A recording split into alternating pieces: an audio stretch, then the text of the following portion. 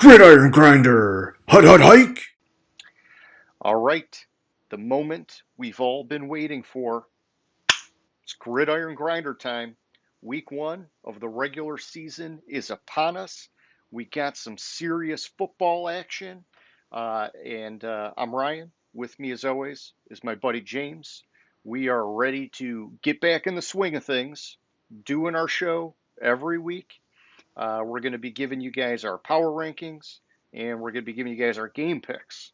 On top of that, just like we always do, we're going to start it off with Name That Stadium, and we're going to close it out with Question of the Week. And so, fuck yeah, James, how's it going, man? It's going good. I was excited football to be back last night. It was Did you great to go? sit on the couch and zone out to the game and not pay attention to anything else. Not really not pay attention to anything else because, I had to deal with the girls every once in a while, but just kind of watch the game and tell the wife, you shut up over. I didn't say that. Oh, oh, oh. I think we I just didn't say. lost a subscriber, James. Damn it. No. But you got to watch a lot of the game? Yeah, I was able to watch the entire game. Like I maybe missed like literally a play or two. Okay. That's how much of the game I watched. Man, I mean, we'll talk about it when we get to the picks, but I'm kicking myself. I thought for a long time, I thought Buffalo was going to take this game, and the model gave me the Rams. I didn't want to question it this early on, even though I'm still fine-tuning the model. But holy cow, it's like that second half of that game was just like, duh. Sometimes you got to trump the model and go with the narrative because to Buffalo, that was their Super Bowl, man. I honestly believe that if there wasn't that fluke at the end of that Kansas City game, it would have been the Rams and the Bills in the big game. And I It think the was Bills probably would have won it, man. if it wasn't a fucking fluke, it was a fucking dumb coaching decision to not squib kick the ball and make sure time is taken off the clock with 13 seconds left in the game. All right. Well, you're being critical. I just, hey, whatever way you want to put it, they had the game. It slipped out of their hands, and now they're going into the season wanting to make people pay. And their defense, that's the big thing is that usually early on in the season, defenses are playing catch up, and it takes them until later on, and that's why people keep saying, oh, defenses win championships because by the time the playoffs comes around, they're primed. The Buffalo defense, man, they came out freaking primed. It was impressive. Mm-hmm. They came out and the scary thing is arguably they were missing their best defensive player last night. What's his face? Not Edmonds, the Tre'Davious other White, Tre'Davious White. Yeah, yeah, I was like, it's not Tremaine Edmonds, it's the other guy. yeah, and he's on pup, right? So he's out through week four, and it may not even matter. They may just be that good even without him. Yeah. Um, Well, James, let's talk about a little bit of gridiron grinder action, my friend. I don't know if you saw the stats on last week's video, but that fucking thing is on fire, man. It is our best video in its first week since we've been doing this stuff. And we gained another subscriber. Happy about that. It was anonymous this time, so I can't like specifically call them out, but that's okay. And man, just excited. We've had a lot of good positive momentum lately, man. Yeah, I hadn't seen the stats on it, but hey, people are realizing we know what we're talking about when it comes to football. Yeah, well, and I think people have been itching for it too. And I like the way that we finished it off with the dark horse candidates. I think that that's a good way of summing it all up and being like, okay, guys, it's knocking at the door. And by the way, watch out for these handful of teams. I think that's a good way of spicing it up a little bit before Hmm. things kick off. Yeah, well, like I saw the stats. It was the average viewership for last night's game was 21 million people, Okay. How does which I that, mean, yeah, how does that compare? I meant to look it up, and I should have looked it up before fucking mentioning the stat, but I think like last year's Super Bowl was like 28 million. average. Hmm.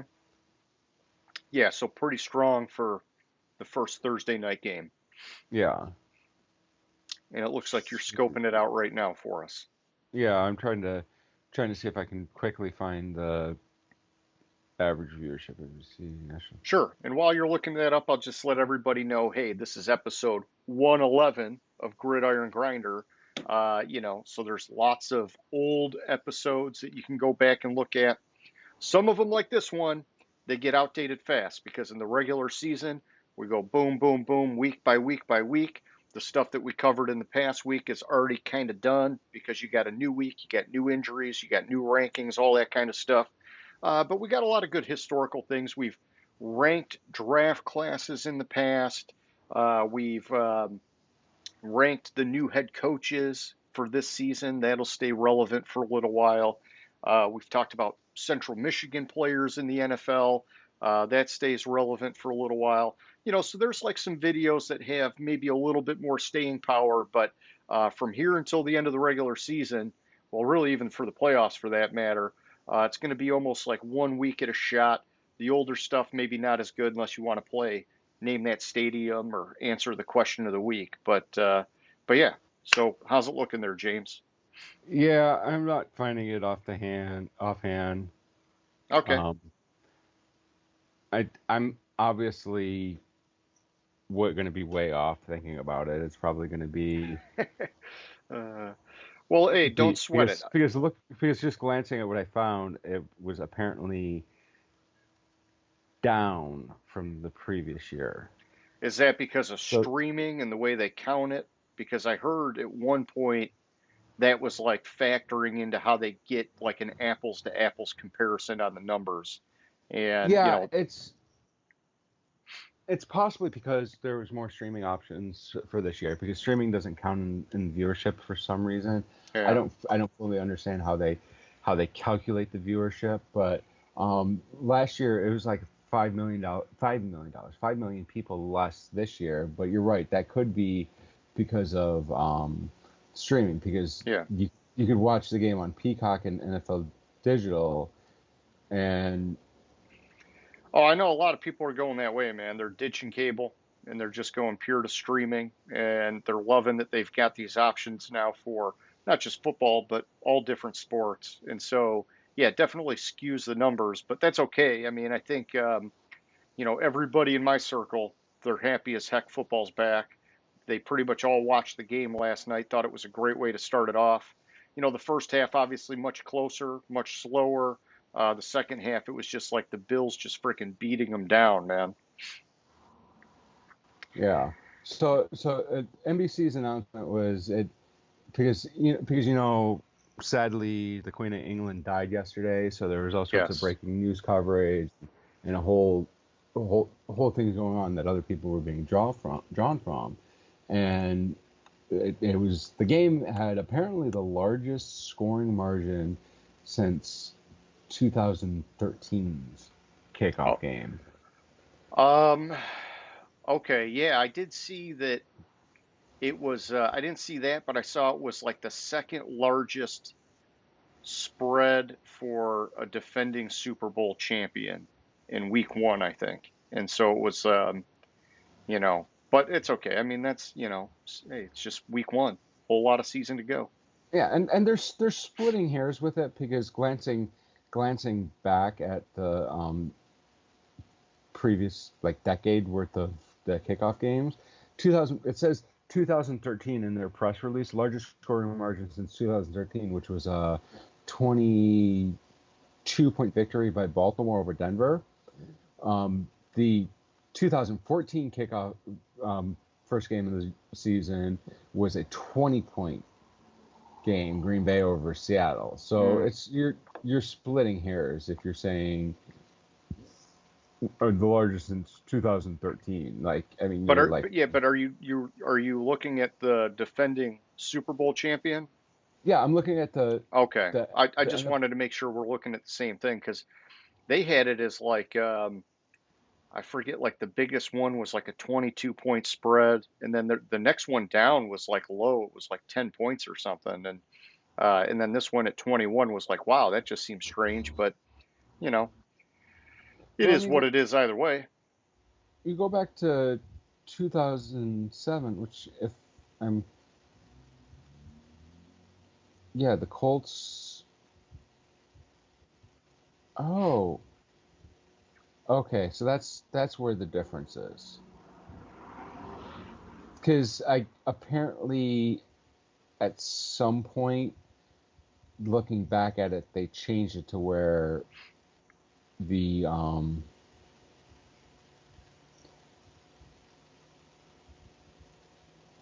at some point they changed it so the defending Super Bowl champion didn't always play. Okay. Yeah, and so it makes it harder to look it up. Oh no, it's right. So it was just 1 year since 2002. It was just one of the years that the defending Super Bowl champion didn't play in the kickoff game, and that was Giants 49ers played for whatever reason. Gotcha. But looking back at it, like if just in the last 20 years, you have a 31 point victory, you have a 22-point victory, a 20-point victory, and the rest of them, and then you have a 15 and a 14. So it gets pretty close after that. Like, but like the last three, one, two, three, four, the last four games have been within like a touchdown. Gotcha. Okay. Well, hey, interesting nonetheless. And Last two touchdowns. Because I missed the Houston 14-point loss. okay. Well, yeah, hey man, good stuff. So let's kick it over, James, and let's do our name that stadium part of the show. And so for anybody who's watching, we got some new people in recent weeks.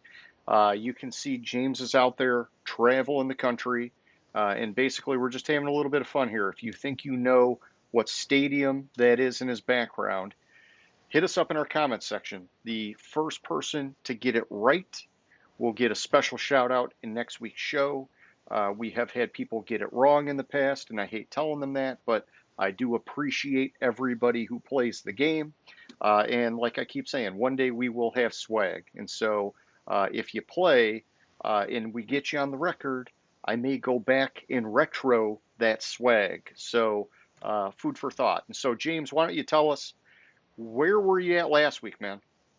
Last week I was in Vegas last week, and the big thing with when I look at Vegas, and I thought on my list they were probably like the biggest dark horse Super Bowl contender because even if you look at how Vegas projected their wins, how the casinos in Vegas or the sports books, they set the over under for Vegas. I think it's like 8.5. Yeah. So like they're saying that there might not even be a 500 team, and or just barely a 500 team, just over, just bare, whatever, just under, just over, right around the 500 line. And I think they have a solid chance of winning 10 to 12 games this year.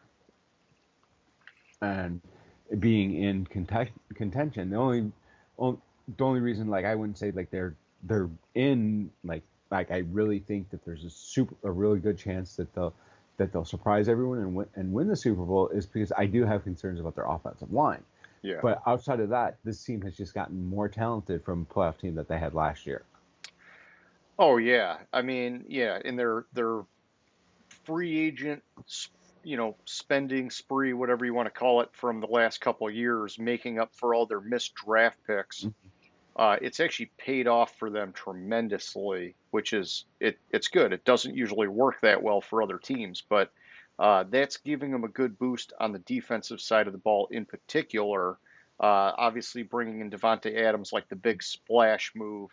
Um, yeah, I envision Derek Carr being sort of like a poor man's Brady in that McDaniels offense. He's got good short and intermediate accuracy, which is a lot of what he does in that offense. And so I think it can be really good, man. All right, so yeah, anyhow, so that's where you were at last week. I like you had some inspiration behind it. I sure as heck know where you're at this week. Let's see if we have any takers. Um, and yeah, let's move it on here, man. Let's go and do our recap of the past week. And so I'll be honest, James, I've not been as like crazy with the news of this past week because I've been building my model out, getting it ready, just getting excited for football. But there have been some newsworthy things, and some of them are kind of on the injury side. You got like guys like Michael Gallup ruled out for week one. I think that was the original expectation. In recent weeks, people were getting more, you know, like hopeful that he would play. But now that it's coming down to it, they're going to keep him out. It looks like Shaquille Leonard, formerly Darius Leonard of the Indianapolis Colts, same thing. He's going to be out. Dwayne Brown recently signed with the Jets. He is ruled out. He is injured, unfortunately. And so you got some things like that. But then aside from the new injury reports coming out, which there's going to be stuff every week, and it's hard to list them all. You've got Lamar So Jackson. just go to the injury report stuff for a second. Sure. I seriously am starting to believe that now the NFL will fine a team if a player gets a hangnail and they don't put it on the injury report. Okay. Did you see Christian McCaffrey's injury report this week? Why No. he was put on the injury report? He got a cut on his leg. Well, He was it seriously was severe? no. He wasn't limited. It didn't affect him in practice at all. He wasn't limited Thursday or Friday, but he was put on the injury report with a cleat cut to his leg. Did he need So stitches? he got no. Oh man. He didn't These even are have to leave these the are fucking field. these are still football players, right? Yes, So he like, didn't have JJ to Watt leave with the the fucking field. JJ Watt with the perennial nosebleed, is he going to be on it permanently? Is that what's going on here? Probably. Okay. I swear, like it was ridiculous. And then like Dak Prescott was put on the injury report this week because it was listed as his ankle, but what it boiled down to was he tried new cleats out and the cleats didn't work with he didn't feel right on his ankle. So he was Okay. put on the fucking injury report because his Yeah. cleats were wrong. Yeah, I don't know. It's getting weird. Oh, I didn't sleep well last night. Better put me on there to be safe. And Mm-hmm. um, yeah, and so just because they're on there doesn't mean that they won't play, because a lot of guys are on there and they will play. It just means you've kind of got a little bit more work to do to sift through, what's a credible injury and what's not. And then there's other guys. It's like, who's a good example of this? AJ Brown. He's one of these guys that's always questionable, but yet he Mm-hmm. almost always plays. DeAndre Hopkins, same thing, always questionable, but yet he Except for always when he's plays. suspended. Wait, yeah. Well, yeah. Hey, you called it now. Well, hey, if he was on PEDs, now he's probably not. How's he going to be without Mm-hmm. him? And so it'll be interesting to watch him this year. But yeah, the injury reports, hey, it's a new part of life. We're going to be looking at them a lot more every week. But for our purposes, you and I are probably only going to highlight new, bigger name kind of things that are hitting it, that are maybe a little bit more headline kind of grabbing stuff, if that makes sense. All right, so injuries aside, James, Lamar Jackson came down to the wire, tried to get a deal, and it did not happen. What are you hearing about this? Not a whole lot about it. It's kind of just like there's all sorts of stuff that came out like earlier in the off season. The simple problem is, and I respect him for this because he's trying to save some money. He does not have an agent, Yeah, he's doing his so own negotiation. he's doing his own negotiation. It's not like he's going out on the practice field for whatever they practice for all day and then turns around after practice, goes in and negotiates. So he's negotiating on the weekend. So he had like 2 or 3 negotiating sessions since camp started. It was inevitable that this wasn't going to happen. It's similar to the Dak Prescott situation a couple years ago, where Did what Dak do his own negotiation? No. In the Oh, sense where he's going into the final year of his contract ah, without a extension in place.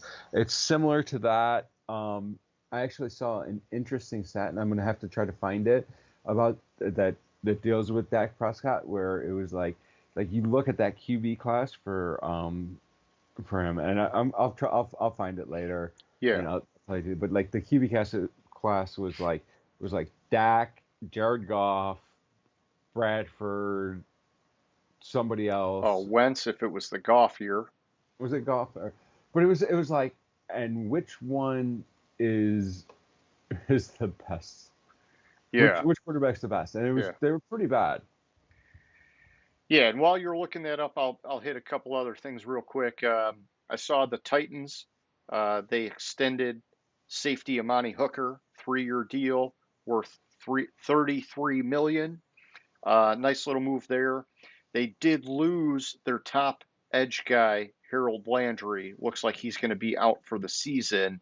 So that's a big hit for that defense, man. And we've talked about Tennessee already. It's they got a great coach, but man, at some point, it's like they need to improve the talent level to get to the next level. And it seems like every year they're just kind of slowly losing on the talent side of things, which it's just making it harder and harder for guys like Vrabel and Derrick Henry and even Tannehill. I know he kind of like fell apart in the playoffs last year, but um, it's an uphill battle for him. I guess that's all I'm saying. All right. So Dak Prescott's QB class, and I'm just gonna list all the QBs that were drafted that year because it's Yeah, pretty fucking bad. So you had Jared Goff, Carson Wentz, Paxton Lynch, Christian Hackenberg, Jacoby Brissett, Cody Kessler, Connor Cook, Dak, yeah. Cardale Jones, Kevin Hogan, Nate Sudfeld, Jack Jack Ruddick, Brandon Allen, Jeff Driscoll, and Brandon Doty. What are you saying about Nate Sudfeld, man? Just latched on with the Lions, didn't He's a backup quarterback, but he? Yeah. but still, it's like nobody in this class really is like, oh my gosh, that's like an amazing quarterback Yeah, in this. and I was hoping for Connor Cook to do something, but we knew it was going to be an outside chance. We just kind of, it's a Sparty. I was like, oh man, could this be Kirk Cousins 2.0, where he's a late draft pick and then gradually improves? And no, it didn't really work out with him, but that's okay. Yeah, but the thing with Cousins was when it came to drafting Cousins, every story I've heard about it was Oh, Shanahan wanted him, the Snyder wanted RG3, so they yeah, compromised and drafted both of them. yeah, And then Shanahan didn't even want to start RG3, even though they drafted RG3 in the first round. yep. No, I know it was bad from the get-go, and Cousins just a high leadership, high intangibles kind of guy. And the thing that worked out great Mhm. for him was that he was lacking in accuracy coming out of college, which is why he ended up being a later round pick. But man, he improved significantly every year in his accuracy, and that's how he ended up overtaking RG3 as Mhm. quickly as he did. And so it was, a good success story for a late round guy not named Tom Brady, I guess. So Yeah. Well, but it's the same thing with Josh Allen. Everybody knocked him because of his accuracy. Nobody recruited him. I I was know, but he was still a first round pick. right. He was still a first round pick. I'll give you that. But the biggest knock on him, why teams didn't draft him, Yeah. why they drafted Mitchell Trubisky over him or whoever the fuck they Oh, drafted or whoever the fuck else, I whatever I crap it agree with you, man. And was his accuracy. yeah. And no, we've seen it now with more guys. We saw it with Justin Herbert. He was another guy coming out. People were like, the Hmm. accuracy's just not there. Uh, we've seen guys improve in that category where in years past, it's like if the accuracy was bad, they almost never got better. And so it's like I Hmm. understand why it's like we've got this bad muscle memory towards they don't have the accuracy. But it's like, okay, but if everything else is there, I don't know, man. I think you give them the chance now because we're starting to see that trend change. Yeah, it's starting to see it change, but like for I mean, fuck, last night I think I'm gonna have to look it up, but I'm pretty sure Josh Allen was 84% completion percentage last night, Insane, dude. Insane. and like two, two of the he threw two interceptions. However, I know for a fact one of the interceptions he threw was not his fault. The receiver Yeah. should have fucking caught the ball. It was in the receiver's arms. The guy just fucking took it away from him. Yeah. He threw two. I think it was the second. The second one was a tip. Mm-hmm. Like it was, the ball was tipped and intercepted. So you can't blame him for that. But yeah, so 26 out of 31 is what percentage? Let me do that. Yeah, do the math, man. I can't do that. 83.87% completion Yeah. percentage. Yeah. I don't come on the show to do math. I get my trusty phone calculator out and make sure it's right, James. Right. No, Yeah. I tried to do it quick off the top of my head. You know, I'm Yeah, I've been you got math the a numbers bit, going. I got you. so I thought I could do it quick off the top of my head. It wasn't quite there. I knew it was like close to 80 some percent, but it's just like Yeah. compared to Stafford, who was man fucking washed up last night. Yeah, he looked real bad last night, man. I'm telling you from the get-go, he just looked gassed to me. It's like, what'd you do, buddy? A little too much partying in the off season? I know you won the Super Bowl, So but come so on, man. what I was reading was like people were comparing how Stafford looked last night to, I think it was Carson Palmer and like the no, not Carson Palmer, the other guy. Wentz? Uh, no, Cincinnati, 2000 like 15. Kitna? No, I can't remember, but it was like he. I'll look it up, but Okay. um, they were comparing him last night to. I'm pretty sure it was a Bengal. So Okay. uh,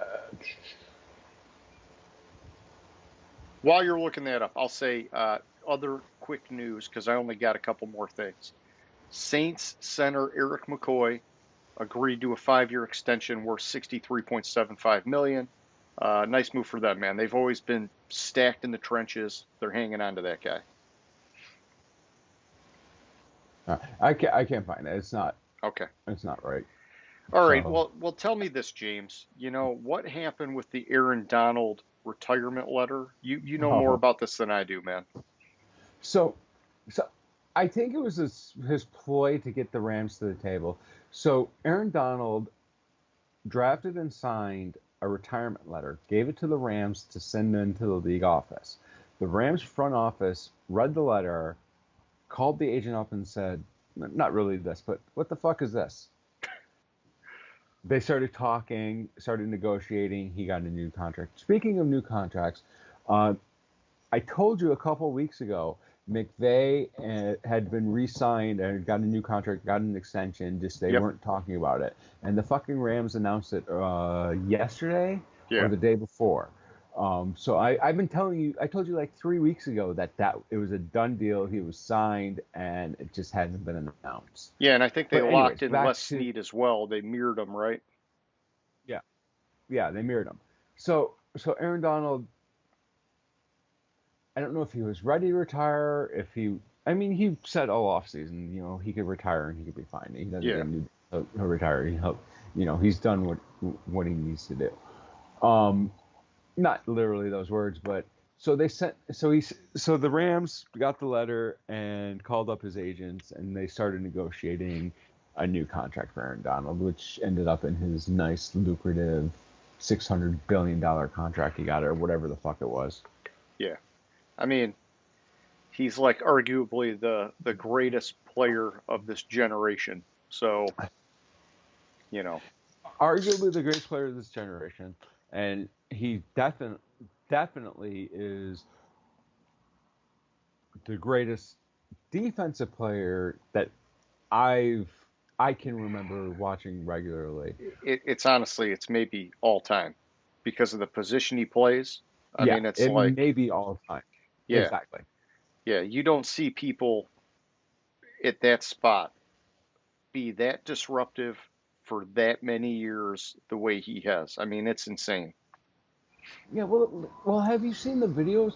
And I keep mentioning this because it's fucking crazy. His like he when he trains or when he's practicing, he has people come at him with fucking knives to improve his hand quickness. I don't think I knew that, man. That's crazy. Oh, oh. Yeah, that's like I don't even know how to comment on that. That's dangerous. Like I said, I keep saying it because it's fucking crazy. Yeah, yeah, I got you. All right. Well, hey, that's all I had for the news, man. Was there anything that I missed that you want to hit on before we do our power rankings? I think there was. I just want to glance at it. Sure. I'm chomping at the bit, Uh, man. just Kittle's.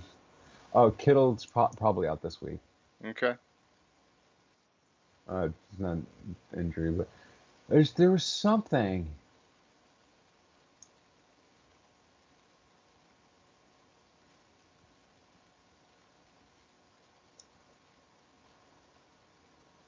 Do, do, I'm do, not seeing it. do, do, do, do, I'm do. I'm I'm absolutely not seeing it. Okay. Well, I Yeah. will. Oh, Oh, never mind. oh, What I was remembering was one of my stats. okay. All right. Well, then I will segue us to our power rankings, James. So a lot of people have power rankings. You look on NFL.com, you see multiple different power rankings. You just Google it, you see everybody and their mom's got a different set of power rankings. James, you and I like doing power rankings, and we go 5 spots at a time until we get all the way down to the bottom two, which we call our dumpster fire. And we talk about where they're at and why, and then what changes every week and why.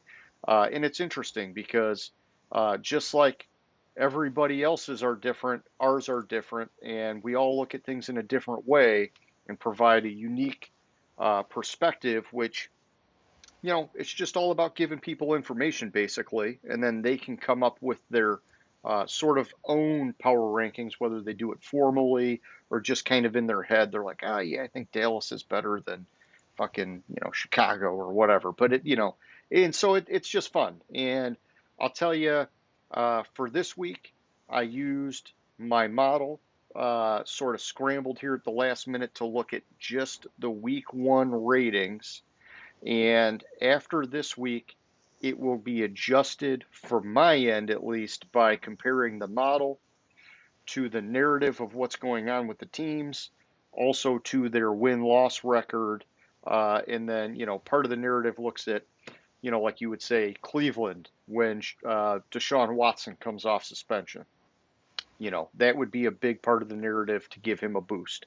Or if you have a guy gets hurt, that's a big part of the narrative that you got to look at and you got to adjust him down. And so for this week, I'm not like, there's not a ton behind it except the model likes them in this order. But you may have a different way of looking at it and some different things to comment on. And so, yeah, you know, that's my action. What's your action, man? So I kind of just I do my own analysis. I don't have a model. I just kind of do my own You dive feel into. it out. I feel it out. I look at the narratives. I look at what's going on. I look at ultimately form my perception of the team and where Yeah. my perception of the team lines up against other teams. Yeah, and you're That's highly more or educated. less that's more or less my model. Ironically, I was looking at it and only 6 of the top 16 teams in my power rankings are NFC teams, Hmm. which is what we were talking about.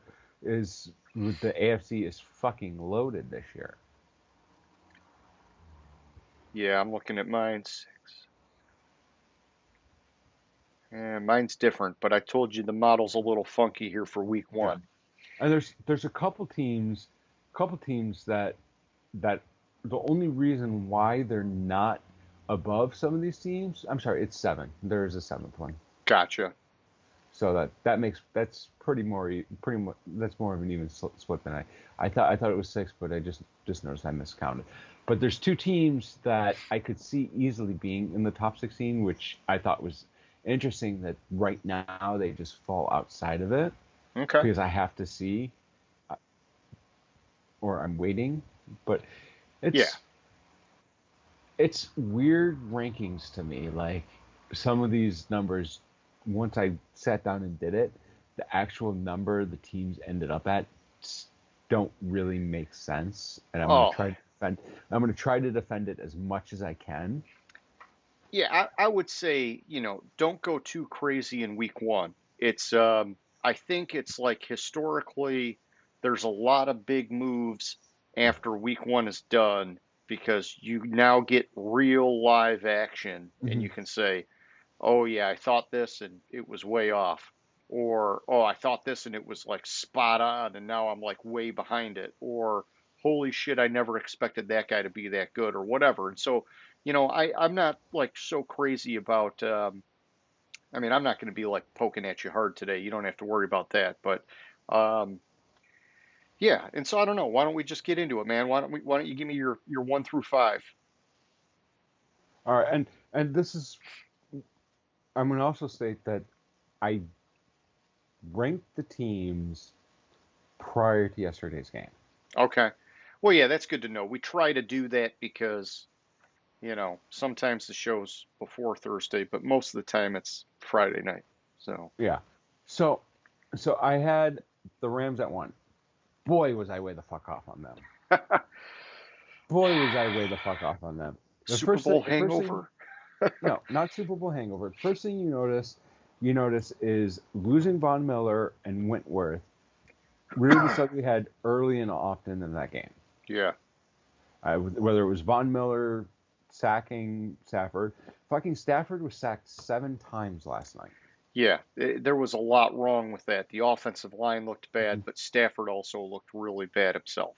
Yeah, Stafford looked like he couldn't throw the ball much more than 25 yards, and he Well, and couldn't that throw the that ball elbow that accurately. elbow tendonitis thing, maybe there's something Exactly. to it. Maybe there's something to it. I'm not saying there is, but boy, was I way the fuck off on the Rams. I had them at number 1. I had them at number 1 because I had them when I went through their schedule, when I went through their the playoffs. I had the Rams repeating as Super Bowl champions. Yeah. The narrative, re-signing uh, what's his face, Donald, re-signing McVay, like all these Bringing in Allen supposed Robinson. Yeah, bringing like in Allen Robinson, Bobby Wagner. Yeah. Bobby Wagner, exactly. And I didn't.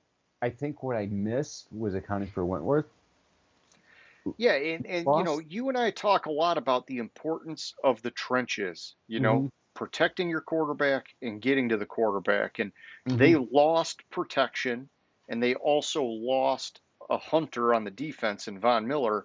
And that ended up being a big double negative for this team that we saw last night. Yeah, and so I obviously next week I guarantee you they're not going to be at number 1. I just it's clear that they're not the best team. They might be lucky to after that performance. They might be lucky to be in the top 10. You would smoke them that soon? I'm Yeah, you're feeling emotional right now, James. it might be a little bit of emotion. It might be a little bit of man, what the fuck? Well, And it might sometimes be, you got to make a hard correction. And then yeah. some, like for me, the big thing is, we'll talk more about it later, not to hint too much here, James, but, how much of it was, Stafford going against arguably the best defense in the league, and maybe he bounces back, and, who knows? Right, but So, that's the problem. If Buffalo's not the best defense in the league, San Francisco's the best defense in the league, and they have to play San Francisco twice. yeah, yeah, that's true. That's true. So I mean it's so right there. That's 2 more losses than I had them. No, not exactly. I had them losing to Buffalo week 1 anyways. I Yeah. just didn't think they would look this bad. I thought I told you the stat on it, which everything all statistically pointed to the Rams winning that game. What was it? Since 2000, Oh yeah.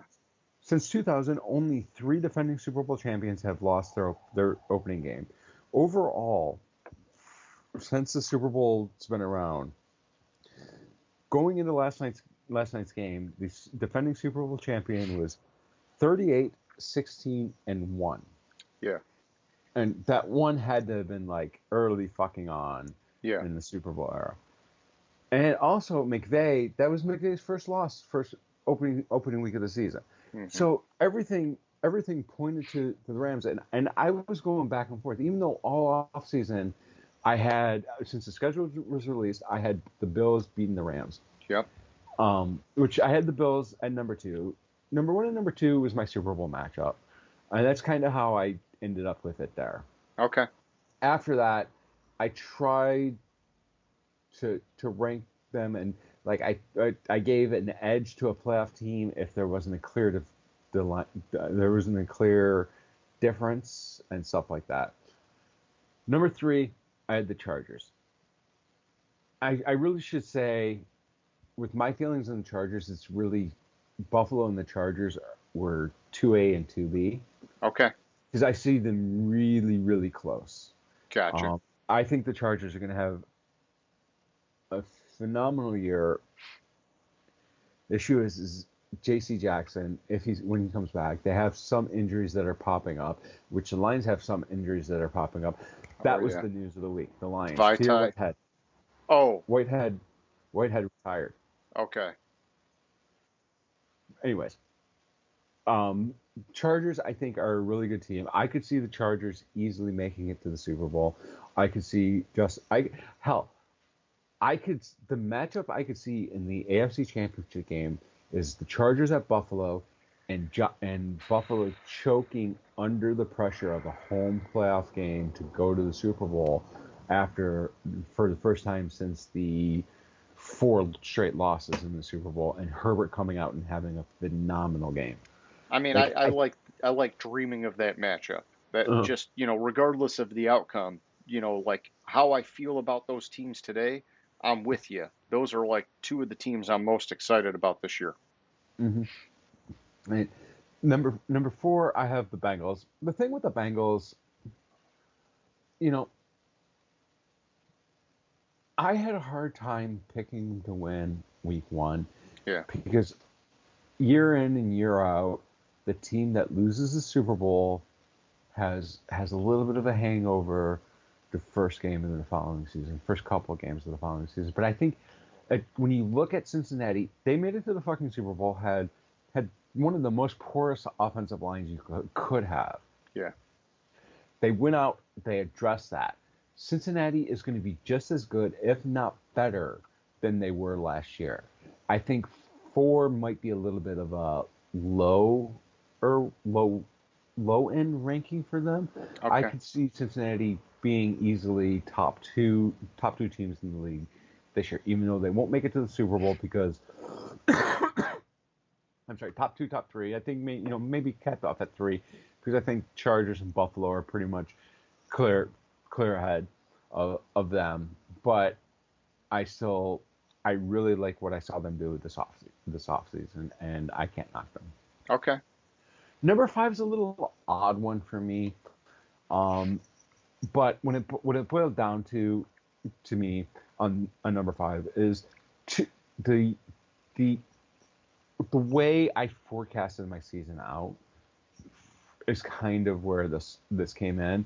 Yeah. Because I have Baltimore at number 5, and I see right. Baltimore and Cincinnati right there as fairly even records throughout the entire season, fighting it out, duking it out in the last game of the season, deciding who wins the division. And I think Cincinnati's a better team, but I think Baltimore's just right there nipping at their heels, and that's why I have Baltimore at 5.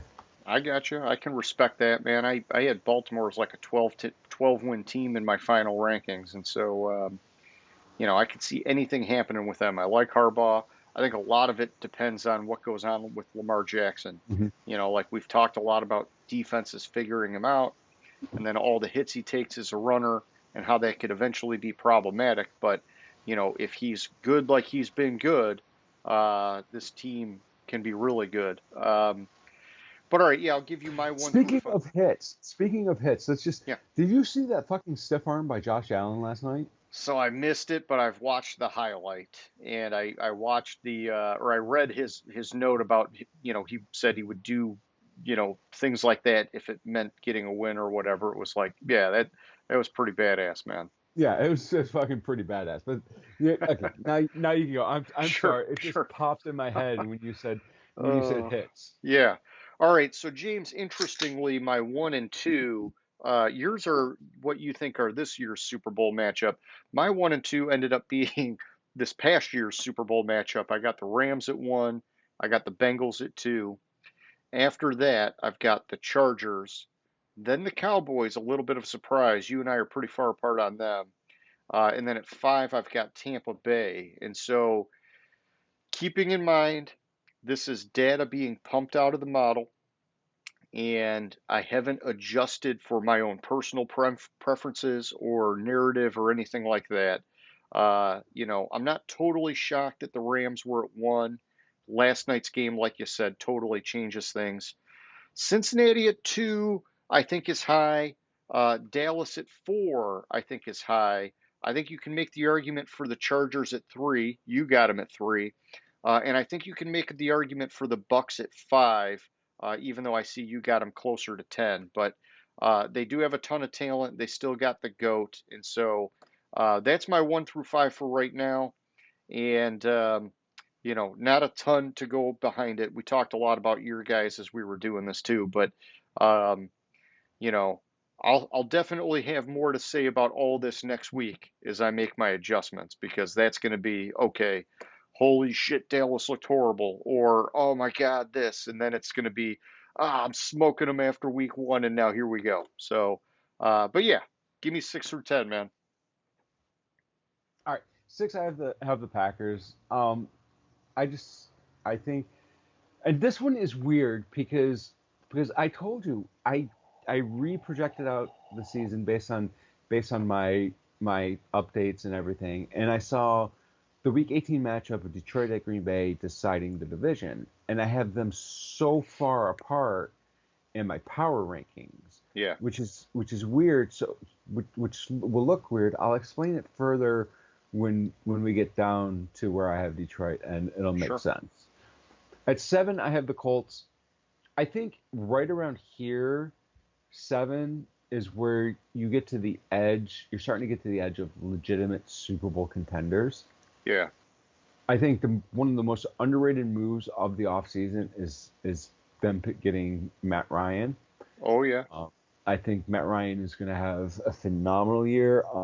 I forget the new wide receiver they got there, but they're like there's Well, they like get a lot of talk how you're talking about Michael how good Pittman Jr. no, the other guy. They drafted him Oh, this year. oh man, I'll have to look it up. I'm having a mental lapse right now. Yeah, I'm having a mental lapse too on it. Let me see if I can find it real quick. Yeah, I mean, I know Pittman Jr., a lot of people have him poised to kick some ass Yeah, this year. but it wasn't Pittman Jr. It was And, I and think then, I'll recognize it just if I see it. Jonathan Taylor. I mean, it's like, this team's got a lot of potential. I think they got the Yeah. right quarterback to keep them in games, and, he's very smart with the football. That's what they need. So I'll pick it up Yeah, when when you're I'm going going through through it, yours. yeah. All right, so at number 8, I have New Orleans. I just think people are sleeping on New Orleans. I think New Orleans is going to win the division. I think that and I forget the offensive coordinator's name. The guy, an offensive coordinator, there's name, I, but I think Dennis y- Allen is going to step aside, run the defense, and let the offensive coordinator for New Orleans yeah, take do his over. thing, man. Yeah. I'm just surprised that you started him that high. I would have thought you might have sandbagged him a little bit so that you could bump him up. But it's like you're calling the shot now. You're like, I think they're going to be this good, and Mhm. so I'm just getting it out there now. Number 9, I have Tennessee. This one, I honestly don't understand how Tennessee ended up at number nine besides Vrabel. Yeah. That's the only explanation I can have of it. Um, like they seem to be doing everything, getting rid of all the super talent they have, and yet they keep getting. Yeah. It's like every year they do better and better and better. Yeah. Um, But is it gonna finally catch up to him? You know, I yeah, don't know. and that's what I'm wondering. James, I'll just tell you this real quick. The model has Tennessee all the way down at fucking 21, dude. And that has Vrabel's coaching factor built into it, which blows my mind, man. So the wide receiver for the Colts, it was Alec Pierce that I'm hearing a lot of good things. Like Oh yeah, I've heard some stuff about him, yeah. so, They need a number two big time, man. yeah, You know, they've had like Paris Campbell and whoever that just keeps getting hurt, and it's like, okay, Pittman Jr. can't be the be all end all. They got to have somebody else. yeah, I agree. But I've been hearing a lot of good things coming out of camp about him. But they're this going to week one. They have a couple. They have basically they don't have a starting middle linebacker for week one because their entire depth chart for middle linebacker was Shaquille Leonard, and Okay, he's out. gotcha. So I don't know what they're going to do the Colts are going to do week, but that's another story. Yeah. Um, Tampa Bay at number 10. Sign Blake Martinez for a week and just put him there. Yeah, I wanted to put Tampa Bay lower than this. You think they're falling apart? I think they're falling apart. I think that offensive line, like, what have they lost? Like three of the five projected starting offensive linemen It is are, scary. It is scary. and it's not like Tom Brady can move that much back there. Yeah. I mean, he's coached up some offensive linemen in his day, but this is Mhm. asking a lot. Yeah, it's asking a whole shitload from that offense. Luke Gadecki, get Yeah. in there, buddy. So that, and I think Brady's distracted this year. Oh yeah, the rumors of him and Giselle, her not wanting him to play football and blah blah blah. Yeah, yeah, Okay. whatever. But I mean, he took 11 days off in the middle of fucking training camp. Yeah, that was bad timing. You should have at Yeah, least been there to throw in your 2 cents to help guys put it all together.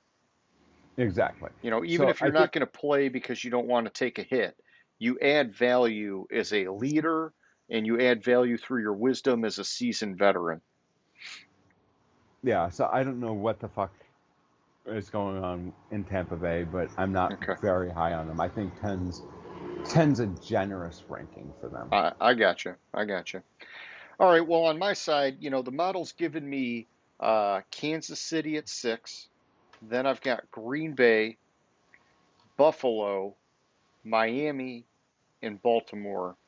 And I'll tell you, when I look at Kansas City, um, the model actually, when you look over the course of the season, has a ton of fucking tight matchups for Kansas City. And Mhm. so they're one of these teams where I think the model's maybe a little bit generous right now, and they might come out on the short end of the stick a few more times than not. Uh, but we'll see. They still got Andy Reid, they still got Mahomes. I like what they've been doing on the defensive side of the ball.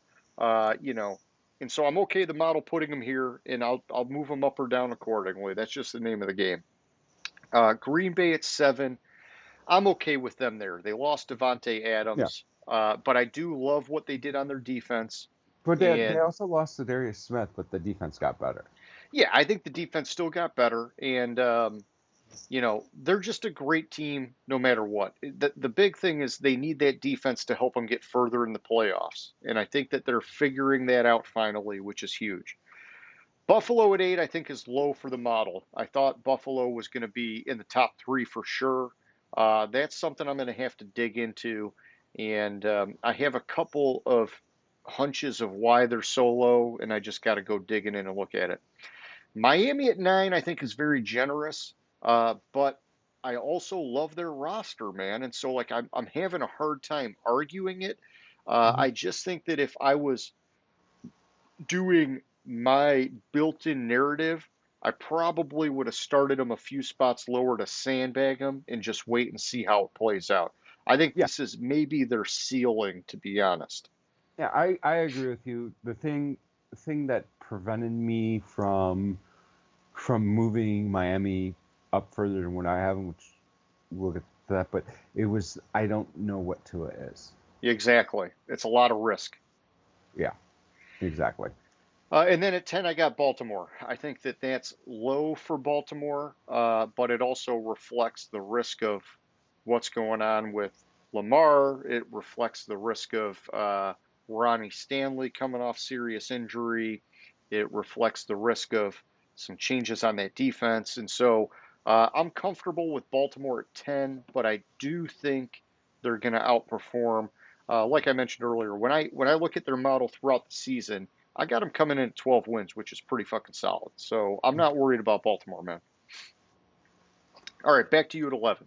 All right, 11. I have the Raiders. The thing that kept the Raiders out of the top 10 was 100%. I'm not certain about that offensive line. I've touched on that so many times that Hmm. offensive line scares me. Yeah, they've been doing the right thing by getting rid of Leatherwood, doing this, doing that, but that offensive line and protecting Derek Carr worries me. If they can protect Derek Carr, Yeah. then the Vegas will be uh, easily a Super Bowl contender. Number 12, and this is probably another surprise in my rankings, is Pittsburgh. Yeah, you Because got them up high. like all last year, like I did not want to put Pittsburgh above like Oh, 20. you and I were fighting about it last year because I was like, give them a chance. And you were just smoking them every week. And I was like, ah.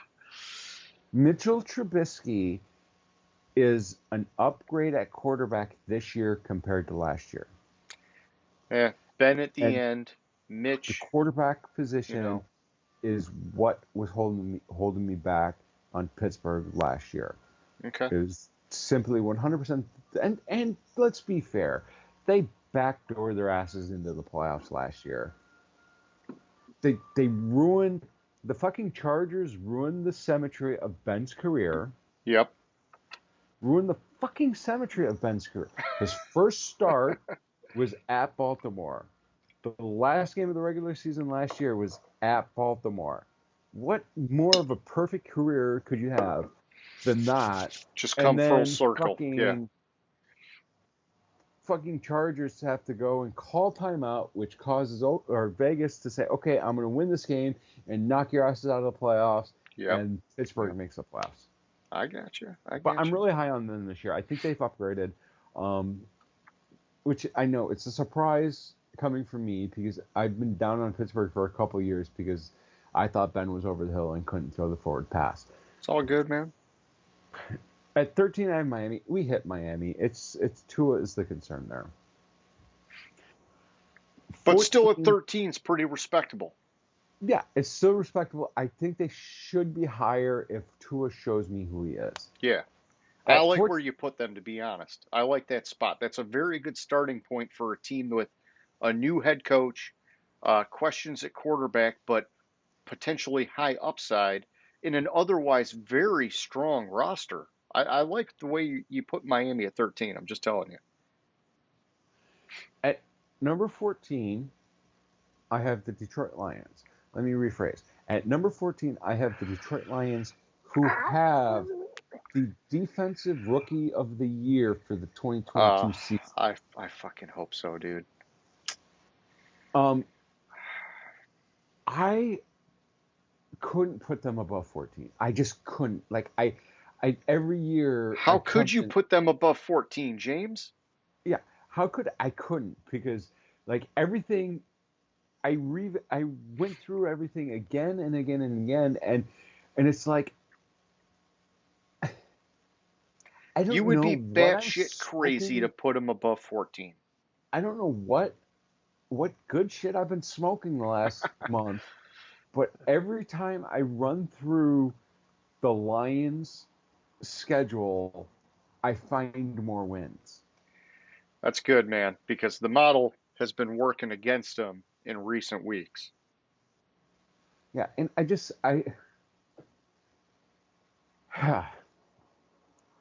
hate the fact that I'm so high on them coming into the year because that means they're going to win like 2 games. Although I did find a fucking amazing stat about teams that win. Let me quote it. Teams that win 5 or fewer games the following year win double-digit games. So they're primed. I'm sorry, post a winning record, not double-digit games. Still, that's 9 wins. Last year, it was the Bengals and the Eagles. The previous year, they had 5 or fewer wins. Going into this year, it's 1 in 4 teams who win 5 games or fewer post a winning record the following year. Okay. Going Detroit. into this year, you have Jets, Texans, Jaguars, Giants, not posting a winning record. The remaining 2 teams are the Panthers and the Lions. Yes, the Panthers have a shot at it. I don't see it happening. So that means that it has to be the Lions because laws of average say 1 to 2 of these teams will. And it could be the Panthers if McCaffrey stays healthy. But his pussy has to end up on the injury report with a shin cut. So Yeah, tickled foot. Yes, I got yeah, you. exactly. Yes. That's what we were saying about him last year. It was like he tickles his foot and he gets a tickled foot and he's on the injury report.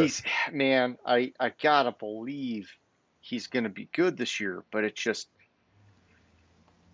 it's so tough, man. We talk about it all the time. Running backs that get paid, and then it just seems like 9 times Mm-hmm. out of 10, game over. Mm-hmm. And it's Exactly. tough. And I'm not like saying like, ooh, they're like conniving and whatever. It's fucking hard to be a running back. It's Mm-hmm. like you got paid because you sacrificed your body, and now that you got the money, that's great, but the wheels already fell off. So, Yeah. you know, And then rounding out the top 15, I had the Philadelphia Eagles. And this one here is me tamping down my expectations for them. Everything I'm reading, everything I'm seeing, all the moves they're making, I I think the Eagles could be a great team this year. I'm getting excited for Philly. And it's kind of like one of those I have to see it to believe it. Yeah. No, I like that. And honestly, I'll just flip it my way. I got Philly at 11 in the Mm-hmm. model, and I was actually I can agree pretty. with that. I thought it was pretty solid when I saw it. I thought, you know what, Philly on paper, in reality could be totally different, but on paper they've got a top 5 offensive line and they've Mm-hmm. got a top 5 defensive line. Okay, if you can stack those up like that, it bodes well big time for your chances of Mm-hmm. success. And so, I'm looking forward to what Philly does this year, which kind of bums me out because they're playing the Lions in week 1. But we'll talk about that in a little bit. 12, I've got Cleveland, which, even without Watson for the first 11 games, Cleveland has a very talented roster right now. And they have still 2 of the best running backs in the league that can carry them. Their defense has gotten a lot better. I like him. 12 maybe a little bit high. Maybe that's, I don't know. I can't balk at it too much. At Yeah. The 13, reason if Watson wasn't suspended, I could see Cleveland easily coming in the season at 12.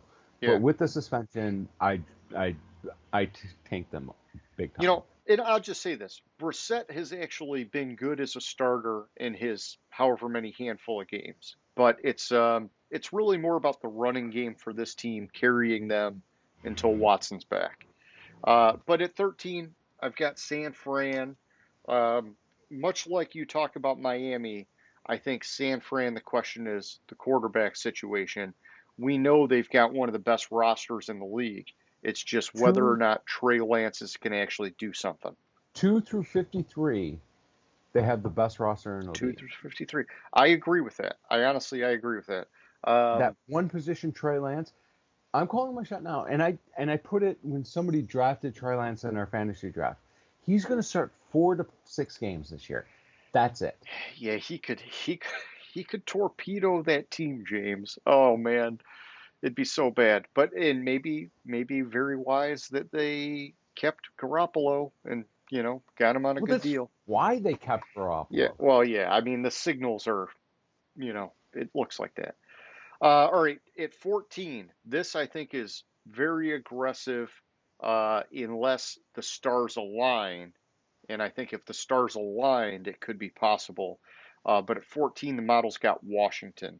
Um, it's got to be like the Washington defense from 2 years ago and Carson Wentz not choking. And I could see potentially them having a ceiling at 14. But they got a lot of proving to do. I would have been maybe a lot more comfortable on my own putting them in the 20s somewhere. Maybe not low 20s, maybe high 20s. Um, I do like their roster, but 14's aggressive. And I know, James, you're like freaking out right now that I even Yeah, said so that. coming into the season, Washington can't be the 14th best team because they're missing their best defensive player. Mm-hmm.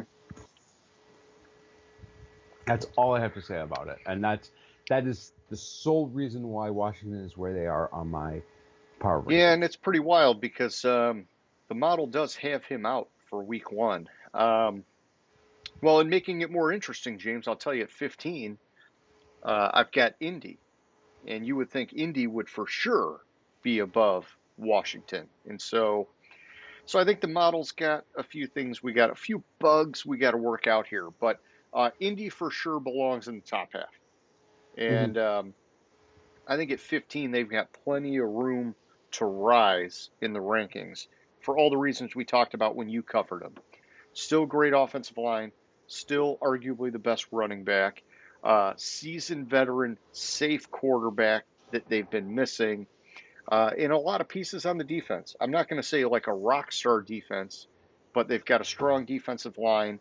When Shaquille Leonard's back at linebacker, they've got some of the best linebackers in the league.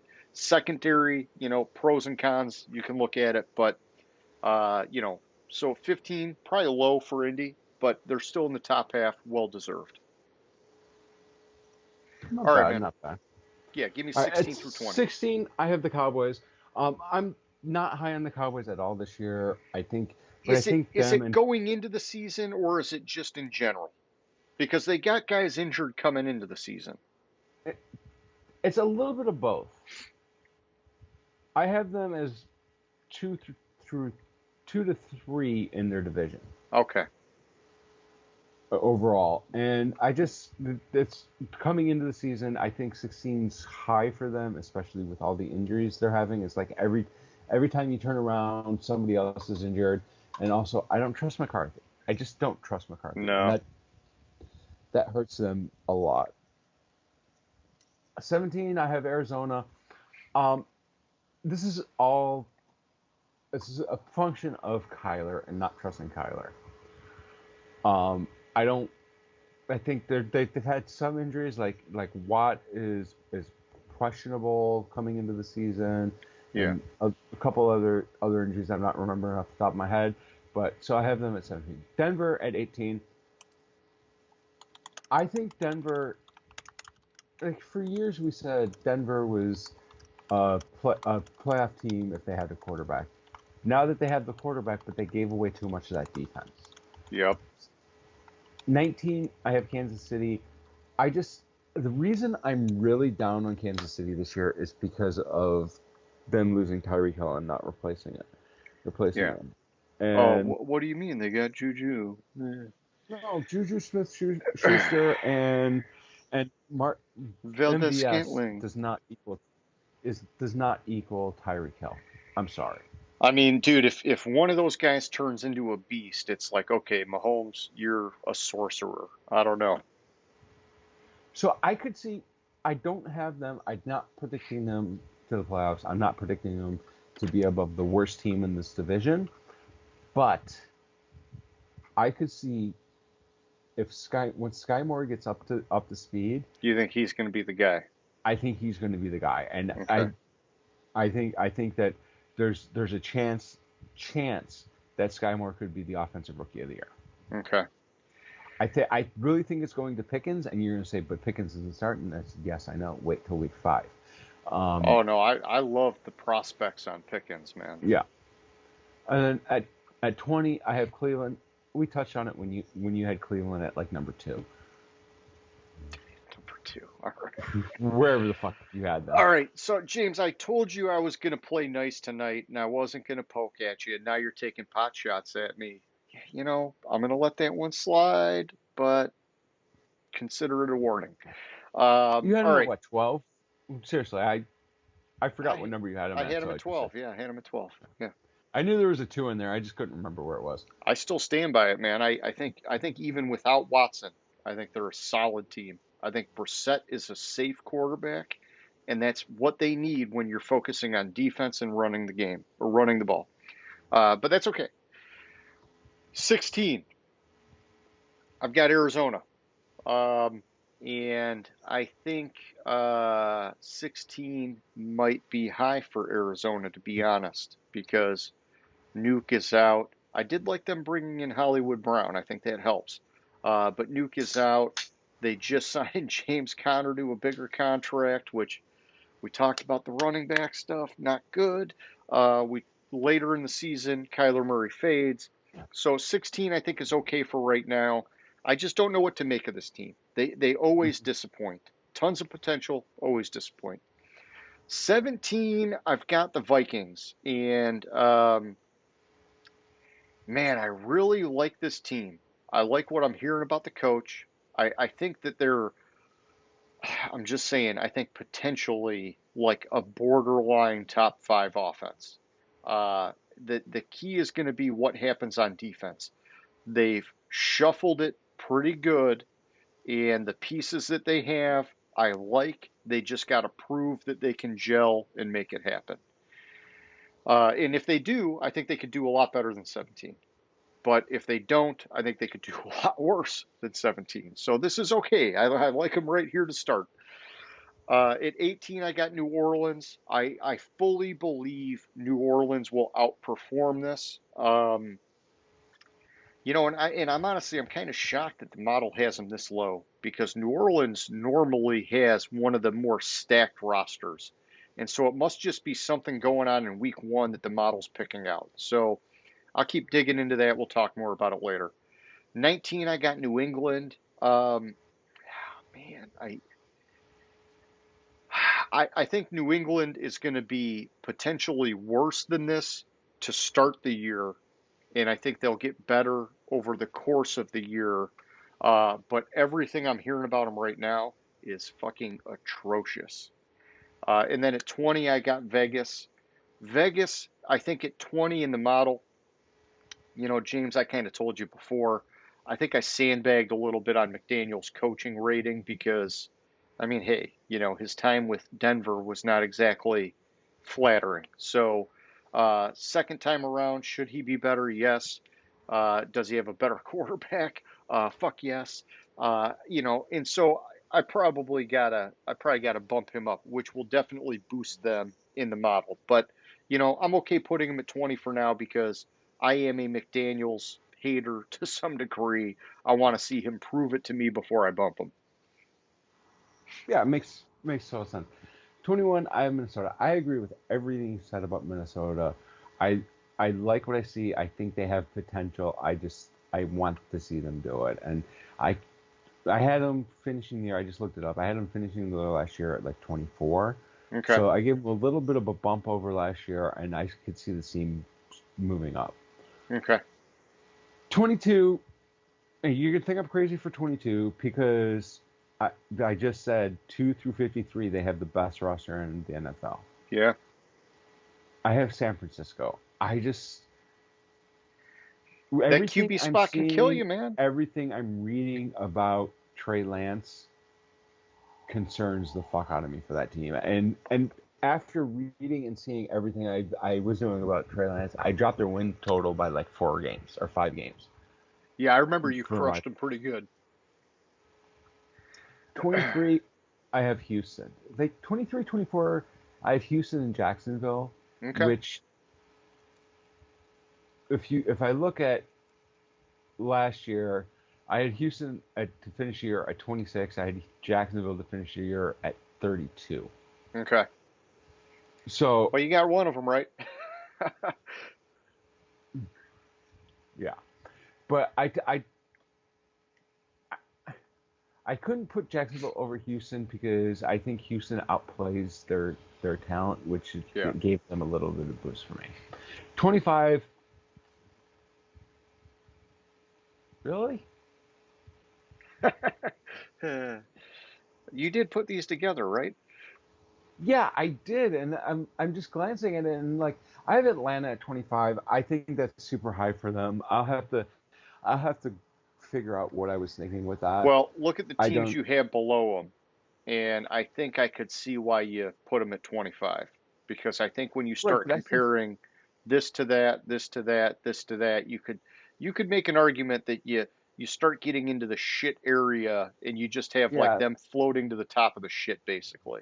yeah. I mean that's got to be it. Like what I said really was I put Atlanta over Carolina because I'm starting to think I'm a little bit high on Carolina from what I'm reading, even though McCaffrey got a I mean, got to James, sit and is on the we've injury report. we've seen it these last 2 years with Carolina, where their defense can surprise in a major way. And it's like, honestly, all they really need is McCaffrey to stay healthy, and they could be a drastically better team than what we've seen these last couple of years. No, sure.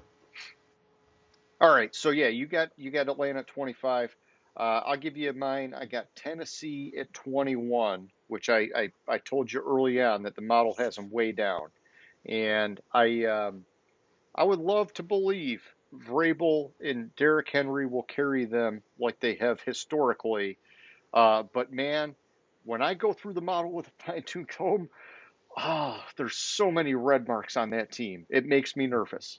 At 22, I got Carolina. We just covered them pretty good. 23, I got Pittsburgh. I love their defense. I loathe their offensive line, and I am super intrigued by Kenny Pickett.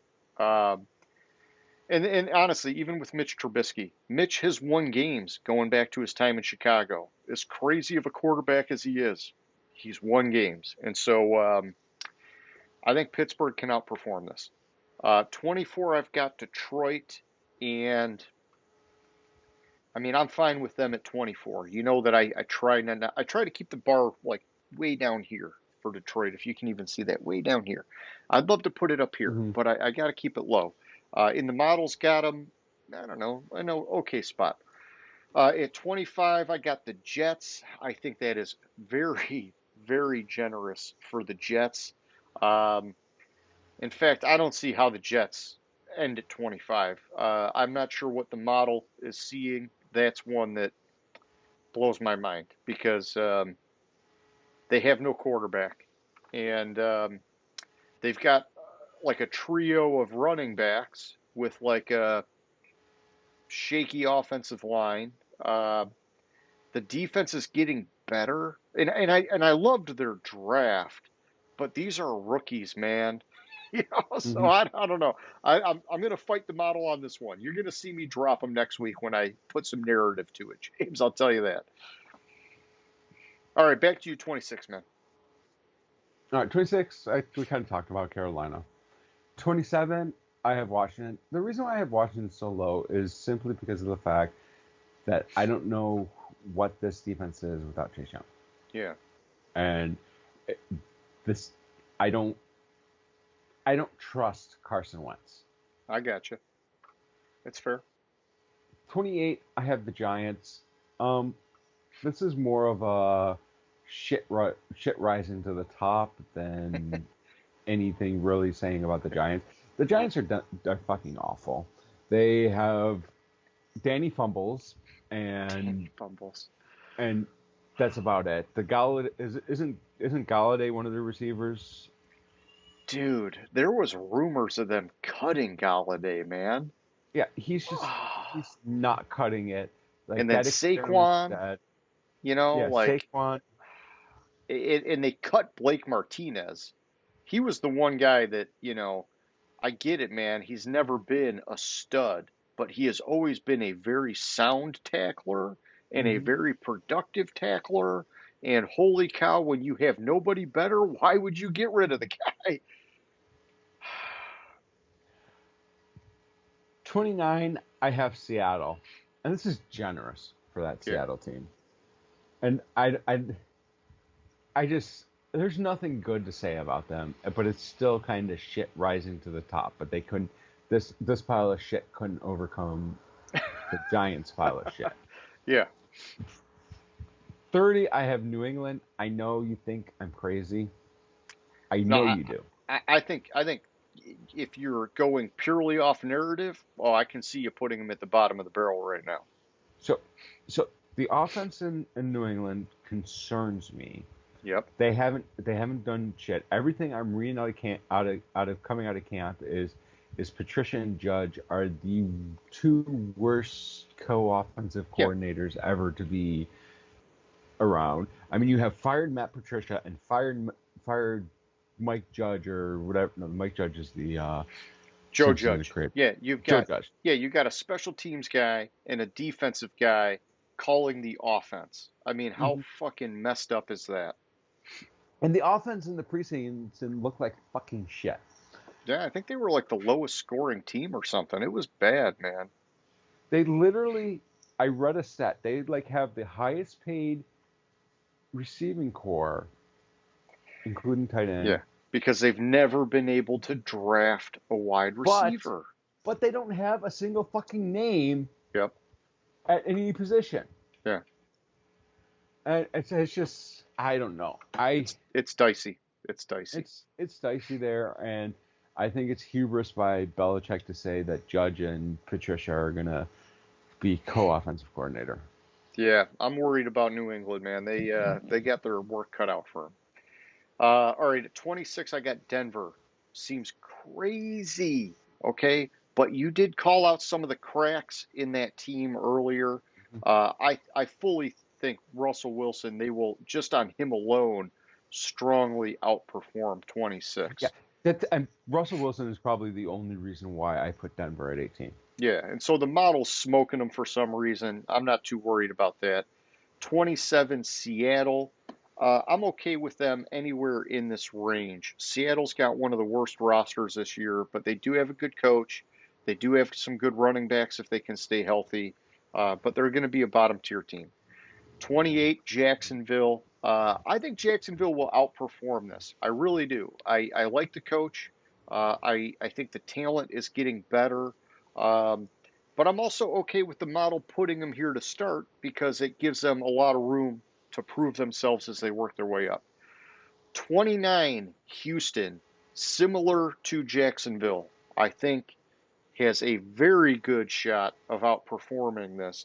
In fact, I'm kind of pissed off that the model put Houston so low because I know I fudged up Davis Mills' rating. I fudged up Damian Pierce's rating. I did the same with Nico Collins. And so, like, even though I massaged him, maybe I got to go back and look at the coaching ratings because I probably wasn't that high on Lovie Smith. But I think Houston can do a lot better than this. 30, I've got Atlanta. It's hard to say what's going to happen in Atlanta. I think they've got one of the worst rosters on paper, but I will say this. I did like what I saw from Mariota in the preseason. He actually looked pretty goddamn good, man. Mhm. Small sample size and preseason, but holy cow, if he could actually be a legit starter, that like drastically changes the outlook for Atlanta. So, you know, over to you with the dumpster fire, James. All right, and this was a long debate that I had with myself, which you ever seen a grown man debate themselves, it's pretty funny. Um, what it boiled down to was last year at the end of the year, I had the Jets at 31. They didn't get better. They didn't really get worse. Yeah. They had a couple random upsets. Yeah. So I left the Jets at 31, and I thought Chicago got substantially worse. Yeah. And so I dropped Chicago to 32. I think I had them at like 28 last year. I gotcha. Yeah, and I'm good with that, man. I've got Chicago at 31. I've got the Giants at 32. I Hmm. think the Giants, they have more options to do better than Chicago does. And so I think narrative wise, Chicago's the clear cut 32. The only thing Chicago really has going for them is could Justin Fields surprise, have kind of like a blow up year and carry the team? Even then, I still see them only getting maybe 3 or 4 wins at the best because the roster is just that depleted all around him. And so, um, I just I'm like angry at Chicago to be honest that they would draft Justin Fields and then totally gut the roster. They did it ass backwards. Gut the roster, Hmm. build it for a year, and then get your quarterback. Like the guy has no chance. They've totally fucked him and they fucked his trajectory for his career. He needs to be a fucking beast or it's just over. So, my opinion. Okay. I'll give you that. All right, James. Those are the power rankings. And, we're just like cruising through week one here. And I'm loving that we're back in this action. Let's kick it over and let's talk about our week one game picks. We know Thursday night's already in the books. The Bills crushed the Rams. You took the Bills. I took the Rams. You're off to a good start. I am not. We've got however many hundreds of games to go. Let's look at Sunday, man. 251 to be exact. Thank you. I appreciate that. I like having exact figures. So Or let's start. 261, something like that. Let's start off with New Orleans and Atlanta. Who do you like there, man? I mean, do I have to ask? I have to. Uh, yeah, I think you have to ask because you never know. It It's a could divisional change. game. You're doing it in a different order than fucking what Am we I? agreed upon. Oh, well then Yeah, hang we on. Let agreed me upon let me pull that NFL.com order. let me pull that up. I just pulled it off of the NFL.com website. Okay, Yeah, yeah. Oh, that's I meant Cleveland at Carolina, James. sorry because otherwise you had to give my notes. It's the same. Who am I gonna fucking pick? Um, all right, Carolina last year was fucking terrible. Yeah.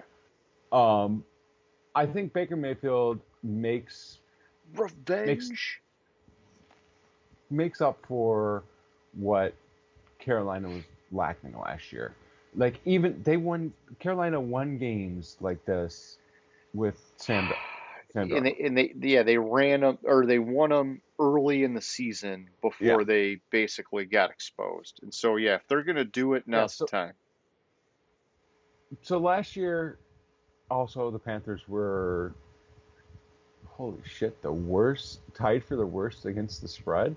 Are you fucking kidding me? Ugh.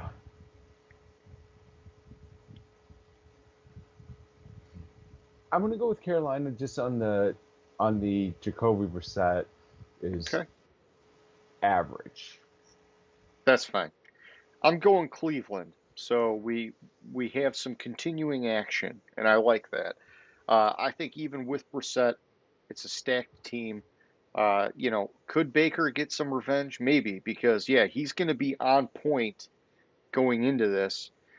In Carolina, like we talked about, under Rule, they've been good those first like 5, 6 weeks of the season. It's after that that they fall apart. So Carolina has a good shot. I'm not saying I would be surprised either way, but I'm giving the edge to Cleveland.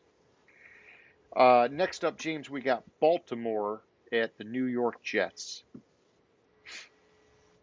Oh, you're picking the You upset? Oh, shit. you don't have to ask this. Okay. So over the past 6 seasons, Baltimore and John Harbaugh are 5-1 against the spread, 10-4 against this. John Harbaugh's 10-4 against the spread, and this is just in week 1 in his career as Baltimore coach. The Ravens are my survivor pick this week. Okay. Yeah, you think it's just like a guarantee you're gonna take it now. I think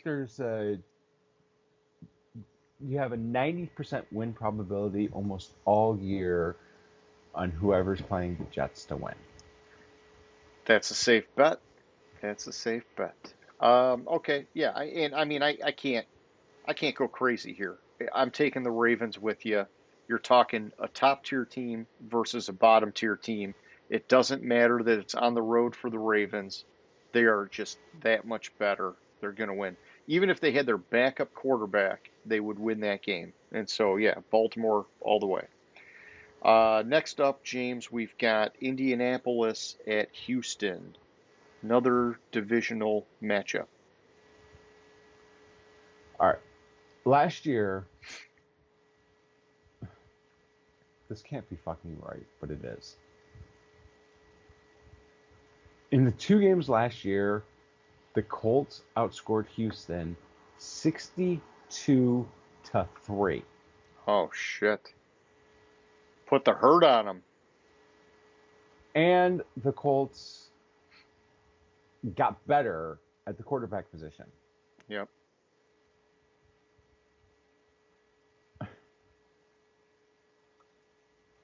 The weird thing is, this you're gonna call me nuts for this. Okay. You're gonna call me nuts for this. Am I really gonna do? Houston's gonna win the game. Whoa, you're taking Houston? Yeah. What? That means I got to change our spreadsheet here because you picked Indianapolis. I did. Listen, My issue is, and the thing that put me firmly on Houston was the middle linebacker situation with the Colts. That's such a key position, and No. I think the Colts, like, it's a 7.5 point spread. Against the spread, it's definitely going to be the Colts definitely aren't going to cover it, but I think the middle linebacker issue kind of hurts the Colts a little bit more than people are thinking.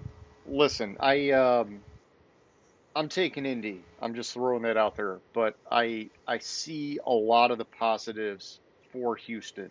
I really like Davis Mills.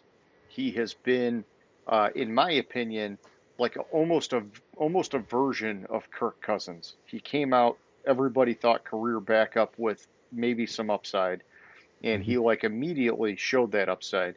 I love what I'm seeing out of that rookie running back, Dameon Pierce. That guy looks like a fucking bulldog, dude. And then we know they got Brandon Cooks as their one, but it's Nico Collins at wide receiver that I'm looking at could be sneaky good this year, which that combination makes this at least a feasible offense. Now, the defense, yeah, they got some things they got to do, but I think Houston could surprise some teams this year. And so I can't balk at you for picking the upset. But I'm still going Indy here. I like Matt Ryan, even though it's on the road, it's a divisional game. I got to stick with the model for week 1 until I work some bugs out and, start pulling off the narrative. So next up, James, we got Jacksonville, Washington.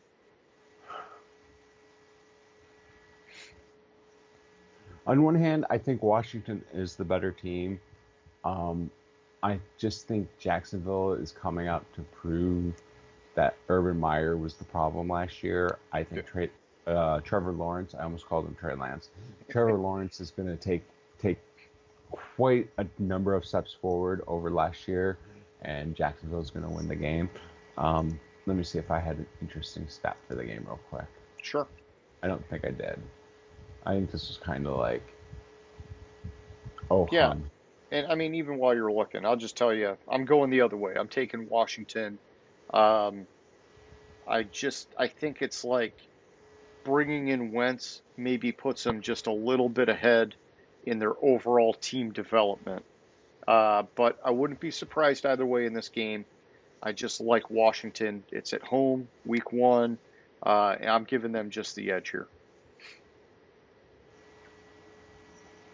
Yeah, I didn't have an interesting stat. Okay, well, moving on. Next up, we got the Patriots at the Dolphins. Another divisional matchup, James. So, since Tom Brady left, the Patriots are 7-8 against the spread as underdogs.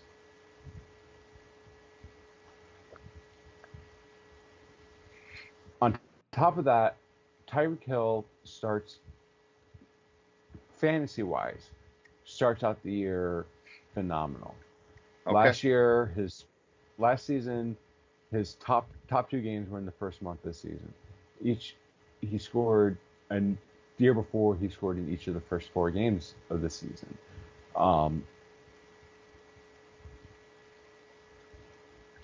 I just like I've said like a few times. This is a coin flip game, and I gave the edge to Miami at home. Okay. Yeah, see, I couldn't, the only thing I could say is, oh, Belichick. But with how in disarray the Patriots are right now, I just can't give it to them. And I think, like, I like looking at your power rankings, how low you have them. I think we're talking right now, week 1, they are in shambles. Even with question marks of Tua, the quarterback situation, Miami. It's in Miami. I think Miami has a very good, well-rounded roster. I think Miami takes this game. I don't. I feel very comfortable with it. It's just the only doubt would be, Belichick has been known to fucking pull rabbits out of a hat. That's all I'm saying. Next up, we've got the Saints at the Falcons. All right. The only thing I can say for this one, and I'm kind of, I seem to be bringing in a little bit of the betting angle this year, a Sure, little bit more into my picks. that's fine. Um, in week 1 over the past 6 seasons, the Falcons are 0-6 against the spread. Oh, Um, and they were 0-4 in that same span. I'm sorry, last season at home, they were 0-4 against the spread. okay. The Saints have also covered for the past 5 meetings against Atlanta, and 15 of the last 23. Okay. I can't pick against the Saints with. Once you combine all those stats, I can't pick against the Saints, could I? No, I can't. I I'm not mean, going to are though. you? Are you? Is that what you're saying? No, I'm not going. No, uh, I'm not going to. yeah, I don't, was dude. giving a little suspense for whoever was For hanging on, viewership. for our viewers to see if they were hanging on the thread to see who I was going to pick. Okay, Yeah. all right, I got you. Yeah, no, I mean, hey, I'm taking the Saints. It's a divisional game, so yeah, maybe Atlanta has an outside chance, especially with the way we talked about Mariota potentially surprising some people. But the New Orleans roster is just that much deeper. You got to go with the Saints, even if it's on the road. It doesn't matter. Next up, uh, we got Philly at Detroit, James. All right. So I'm going to say this. Last year, Philly's a much better team this year Yes, than they were last year. Last year, Philadelphia played at Detroit. Do you remember the score to that game? I don't know. It was 44-6. Okay.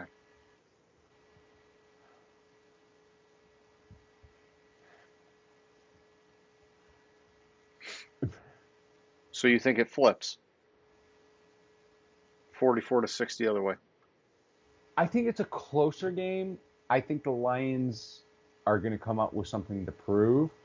Um, I think one of the interesting stats I had come across on this is the last 11 games for Detroit in week one went over the point total.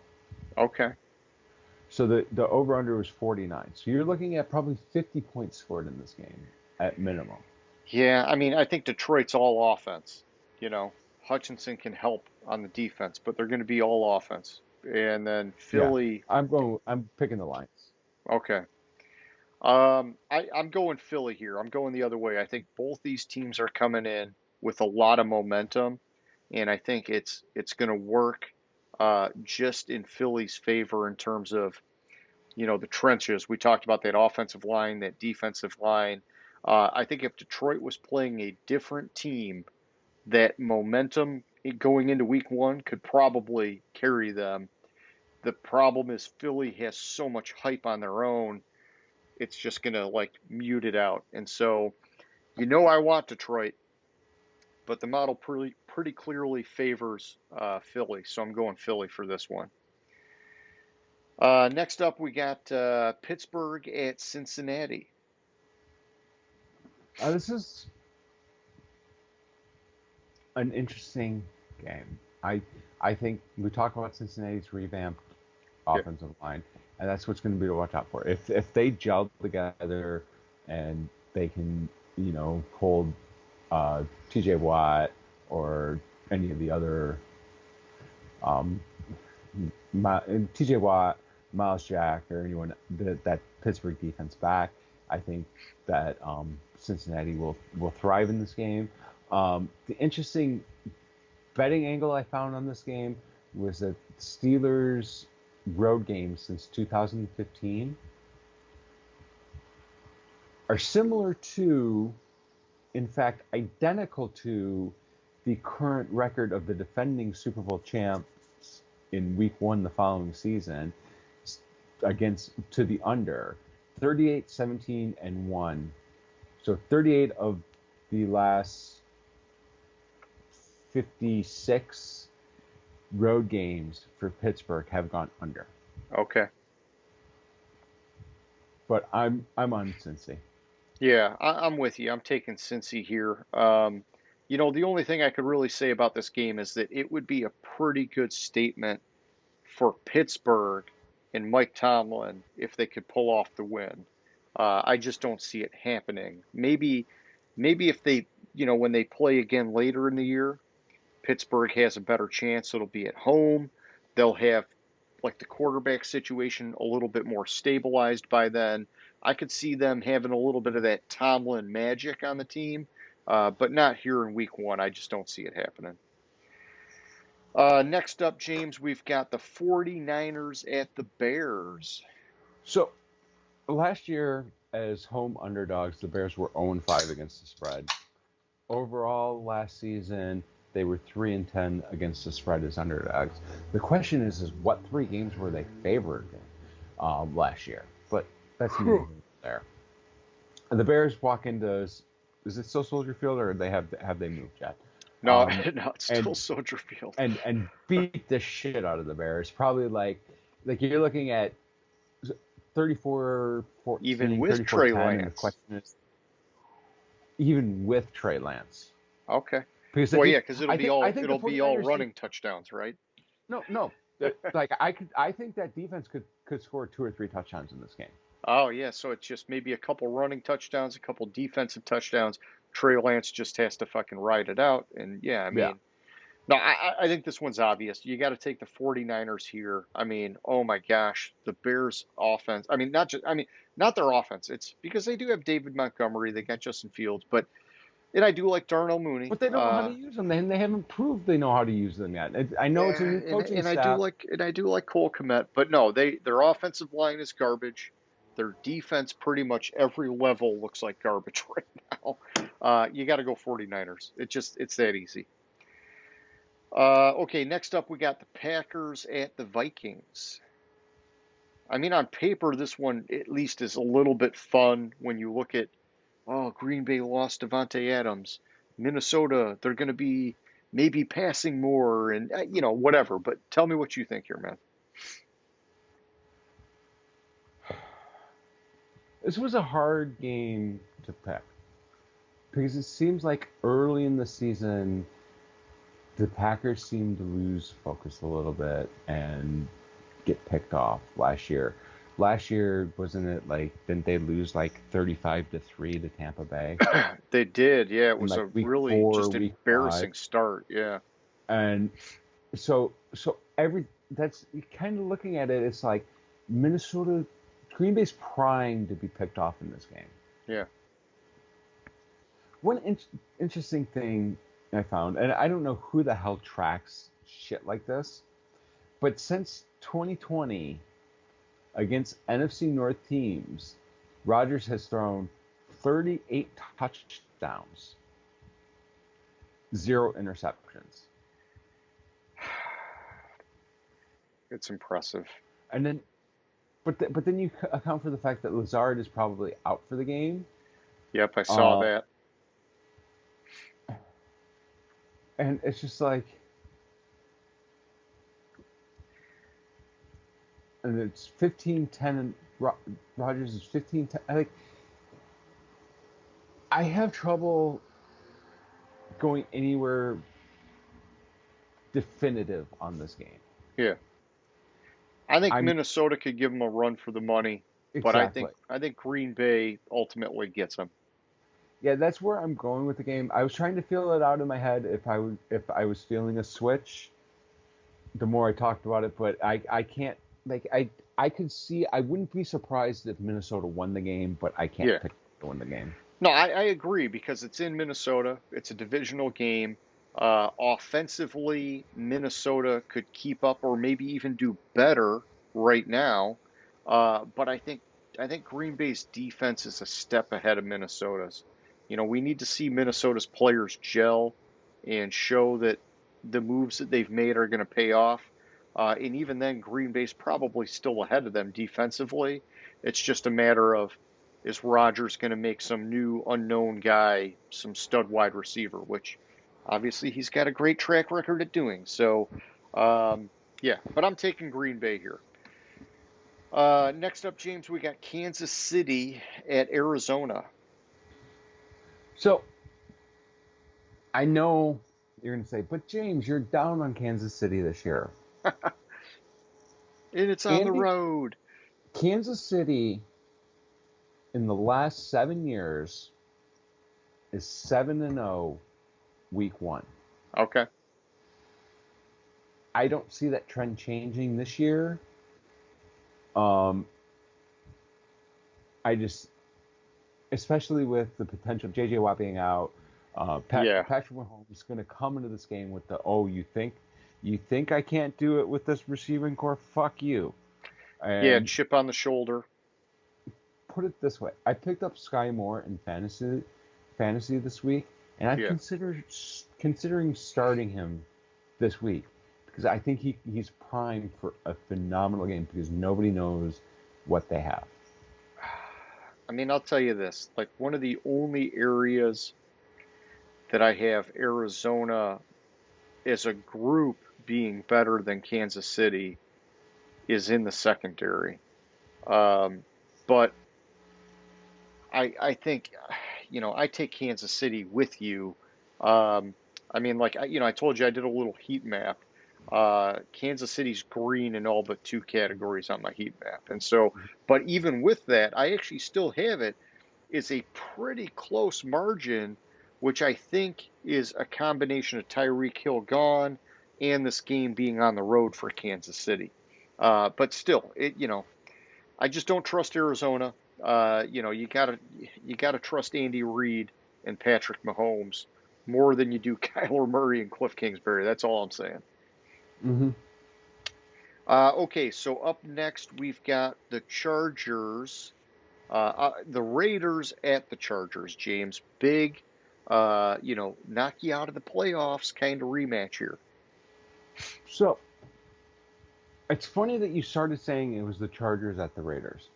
Because my interesting thing about this game this week was earlier in the week, about Tuesday, Wednesday, whatever, however many days, 4 days before Sunday, whatever day that falls on.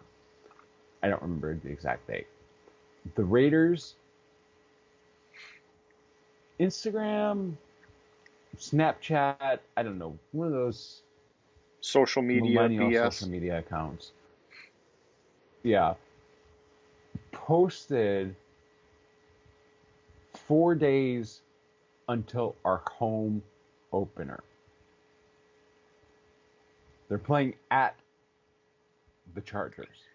4 days until our home opener. Yes. Oh, wow. So they're just saying we own you right off the bat. Yes. Cocky. I don't think so. I think the Chargers win. I'm with you. I go with the Chargers here. I'm just trying to find my note on this one. This game is way more important for the Chargers than it is for the Raiders. No matter how cocky the Raiders want to get, let's not forget Josh McDaniels was not the coach of the Raiders when all this happened last year. I don't know. I can't not go against the Chargers. I've got them as one of my top teams. So, okay, Well, next see, up, James. the thing of it is with those two teams, neither of them can start 0-2 in in this division. As good as this division is, Oh yeah, yeah. it'll absolutely kill them for, and the Chargers have the Raiders and then the Chiefs, where the Raiders have the Cardinals next week. Okay. Yeah, it's going to be the Chargers. I got to believe it. But, any given Wow, Sunday. that's interesting. I never noticed that on the schedule. So Kansas City plays the Cardinals this week. The Raiders play the Chargers this week. Next week, Kansas City plays the Chargers. The Oh, Raiders play they've got like play a the weird Cardinals. twist together. Yeah, Yeah, yeah. but Well, hey, what do they say? There's a billion outcomes in the schedule, James. So, all right. Giants at Titans. uh,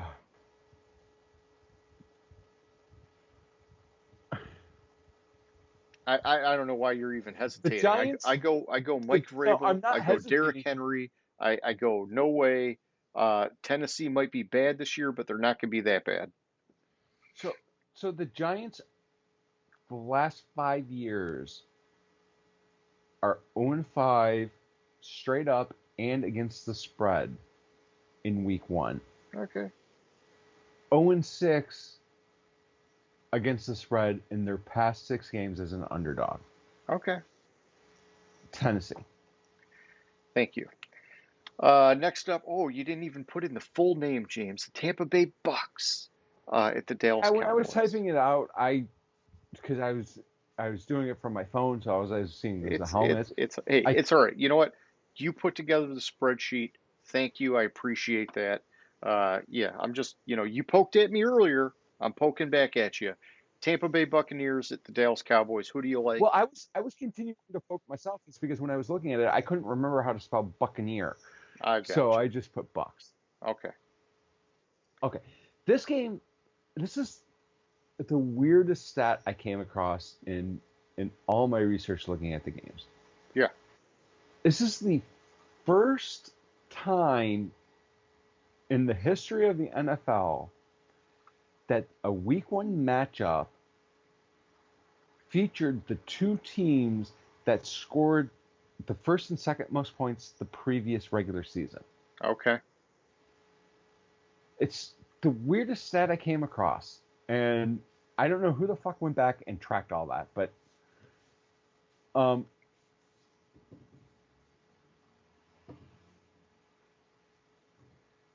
I don't think Dallas, with all the injuries they're having, has a hope or a prayer in this game. Okay. I think it's Bucks all the way. All right. No, I think logically all that makes sense. I'm sticking to the model for week one. I've been telling you that all night. But The thing that's blowing my mind is that the model has this as one of my tighter matchups for the week.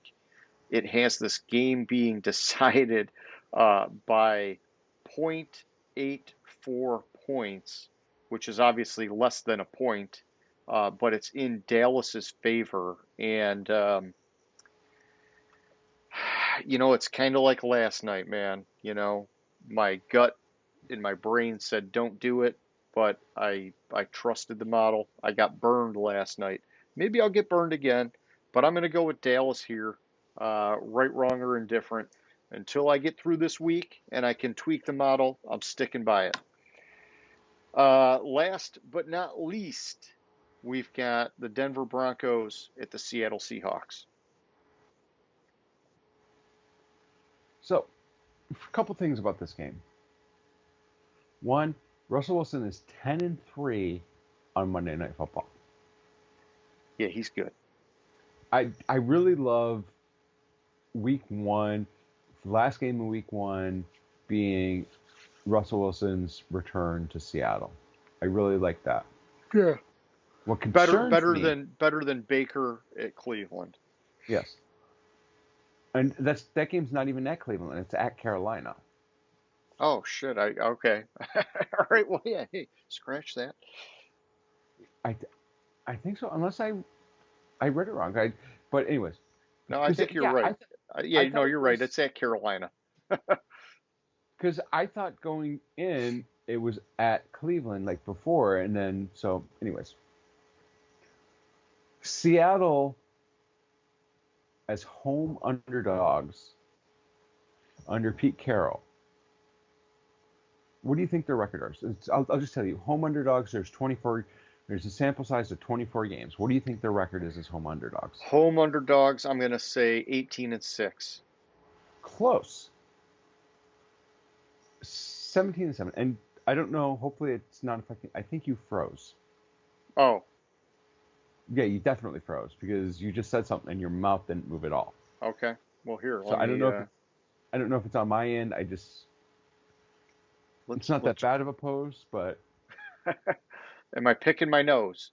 No, you're not picking your nose. So. All right. So it could be worse. All right. Let me try to stop my video. You keep talking while I'm doing this. So, anyways, but yeah, there you go. It's 17-7. So you're actually fairly close. But the majority of those games were with Russell Wilson at quarterback. Yeah. The other aspect of it, who's starting for them? Is it Geno Smith or is it? It's Geno Smith for week Drew one. Lock. I think it's Geno Smith. Geno Smith is not a starting quarterback in the NFL. No. I'm absolutely 100% surprised that Seattle is actually entering the season with these two quarterbacks. Same here. I also heard this week that there were multiple attempts to trade Russell Wilson before he agreed to be traded to the Broncos. Okay. Yeah, and he had the no trade clause. Yeah. Russell Wilson is going to go into Seattle and do this. Yeah, just wipe his beat them all over him. Yeah. Yeah. No, I think the model had this game closer than I thought it would.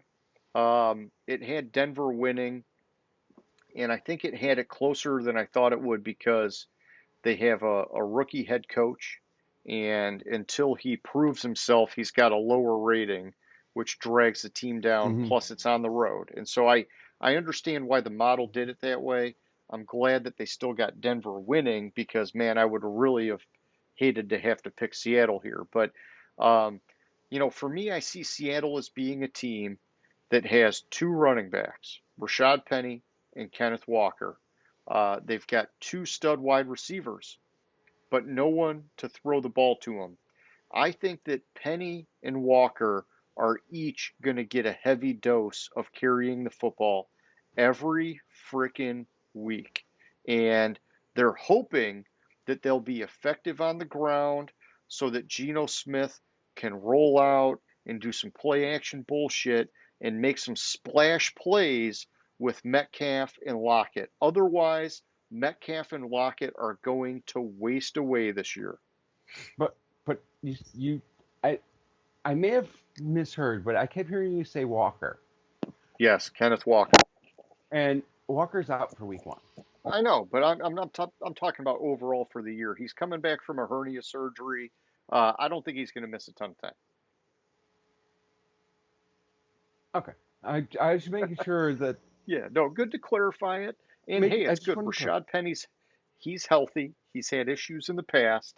Maybe he gets hurt. Walker's ready for next week, and then they're fine either way. So Yeah. So yeah, ultimately, you're on Denver. correct. But so overall, James, that means we've got counting last night, 2, 4. We've got 6 games of difference this week. That's a lot of good action for the first week of the season, man. I like it. You I only look had like you're deep in thought. 5. Didn't you 2, switch one? Didn't you switch to Houston? 3, 4,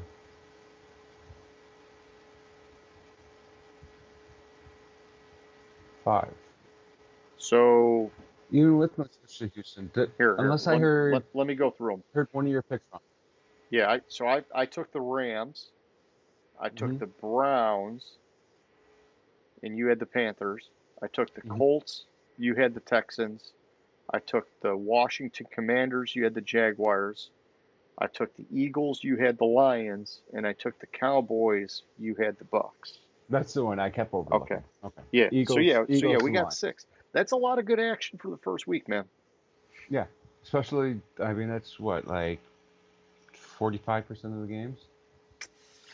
Yeah, and I mean, hey, anything could happen. It could be, oh, you get 3 of them, I get 3 of them, and it's a wash. Or it could be like a landslide, and you start off 6 games up, and I start panicking in fucking week 2. But it's a long 37 season. and a half. 37.5%. Okay. Thank you Not very bad. much. Thank you very Not much. bad for off the top of my head, though. All right, so let's move it on here, James. Let's do our question of the week because we've been rolling for a while, and I'm glad we're back. But talking about last night, I hinted at this already. Was it just a fluke bad game for Stafford, or are we going to see a lot more of this year?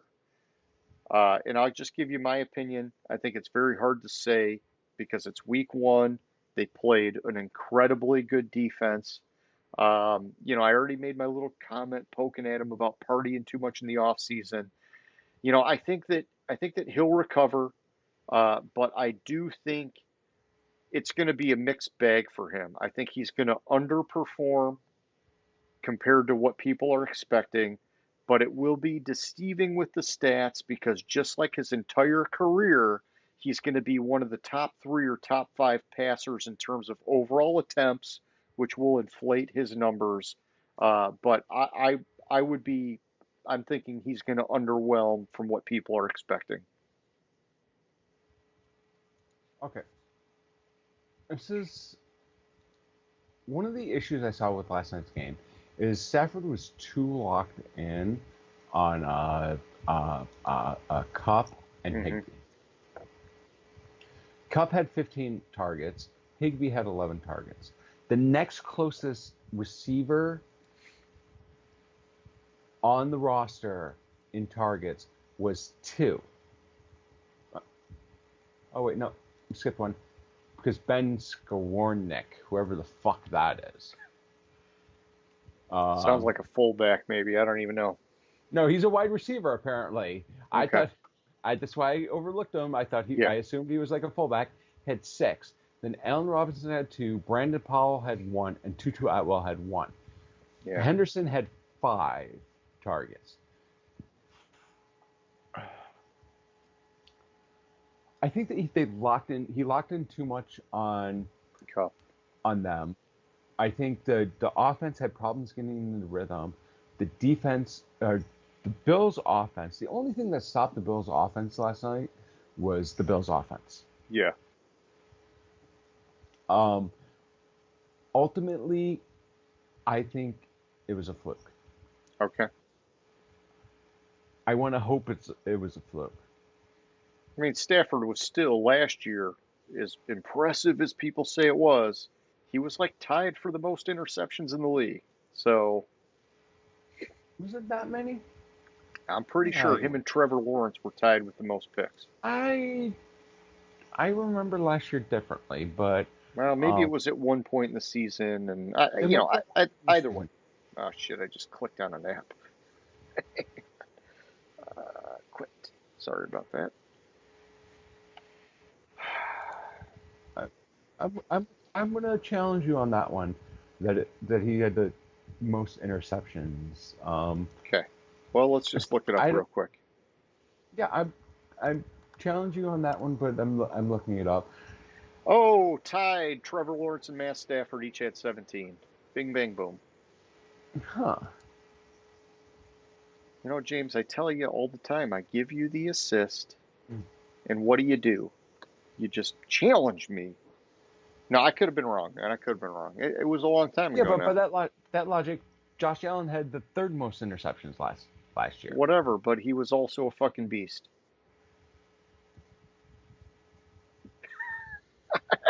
I don't know, dude. I don't know. I'm playing favorites, James. I'm playing favorites. Yeah, you have this thing against Stafford, and Correct. Correct. I don't know what your hatred for Matthew Stafford is, I just wanted him to win but here, and it didn't happen. And I know it's not his fault, but now everybody's sucking him off, and I think it's not all because of him that he's having that success. And so I'm just trying to keep it in perspective, and that's all I'm okay, saying.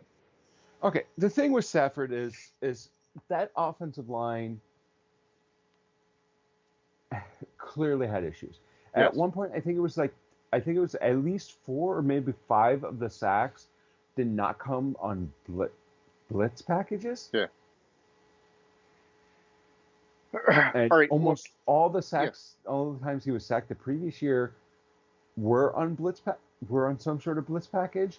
So I just think that offensive line has to gel more. If the offensive line gets better, the he'll be hit less, which will in turn um, Yeah. increase It'll his all accuracy and flow even to. everything up. Because last I year gotcha. he was sacked what, like two times a game, and last night he was sacked seven. Yeah. Totally different. Yeah. I getcha. All right. So you're behind him. Yep. I gotcha. He's in LA. You're in Mm-hmm. LA. You're like, oh yeah, you're my buddy. Whatever. So yeah. So for anybody who's watching, hit us up. Play name that stadium. Answer question of the week. Tell us if you like Stafford or not, and if you think it was a fluke or not.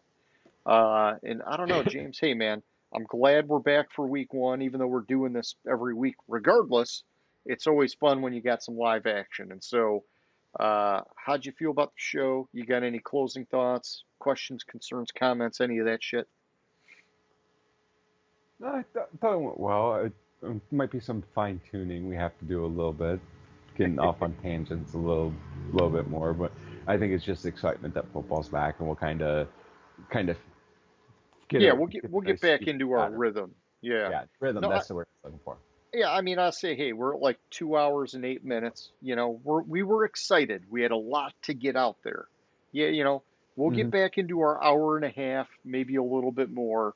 But nothing wrong with going over because it's the first one in a while. All right, well, hey, man, let's wrap it up. For anybody who's out there watching, we hope you like the show. We do this shit every week. It's great. Let's keep it going. We love your support. Hit us up with that thumbs up, with the like, and if you haven't already, please, please, please, please subscribe. James, like always, man, it's a good time. I'll catch you later, bud. Sounds good. Have a good one. Gridiron Grinder. Hut hut hike.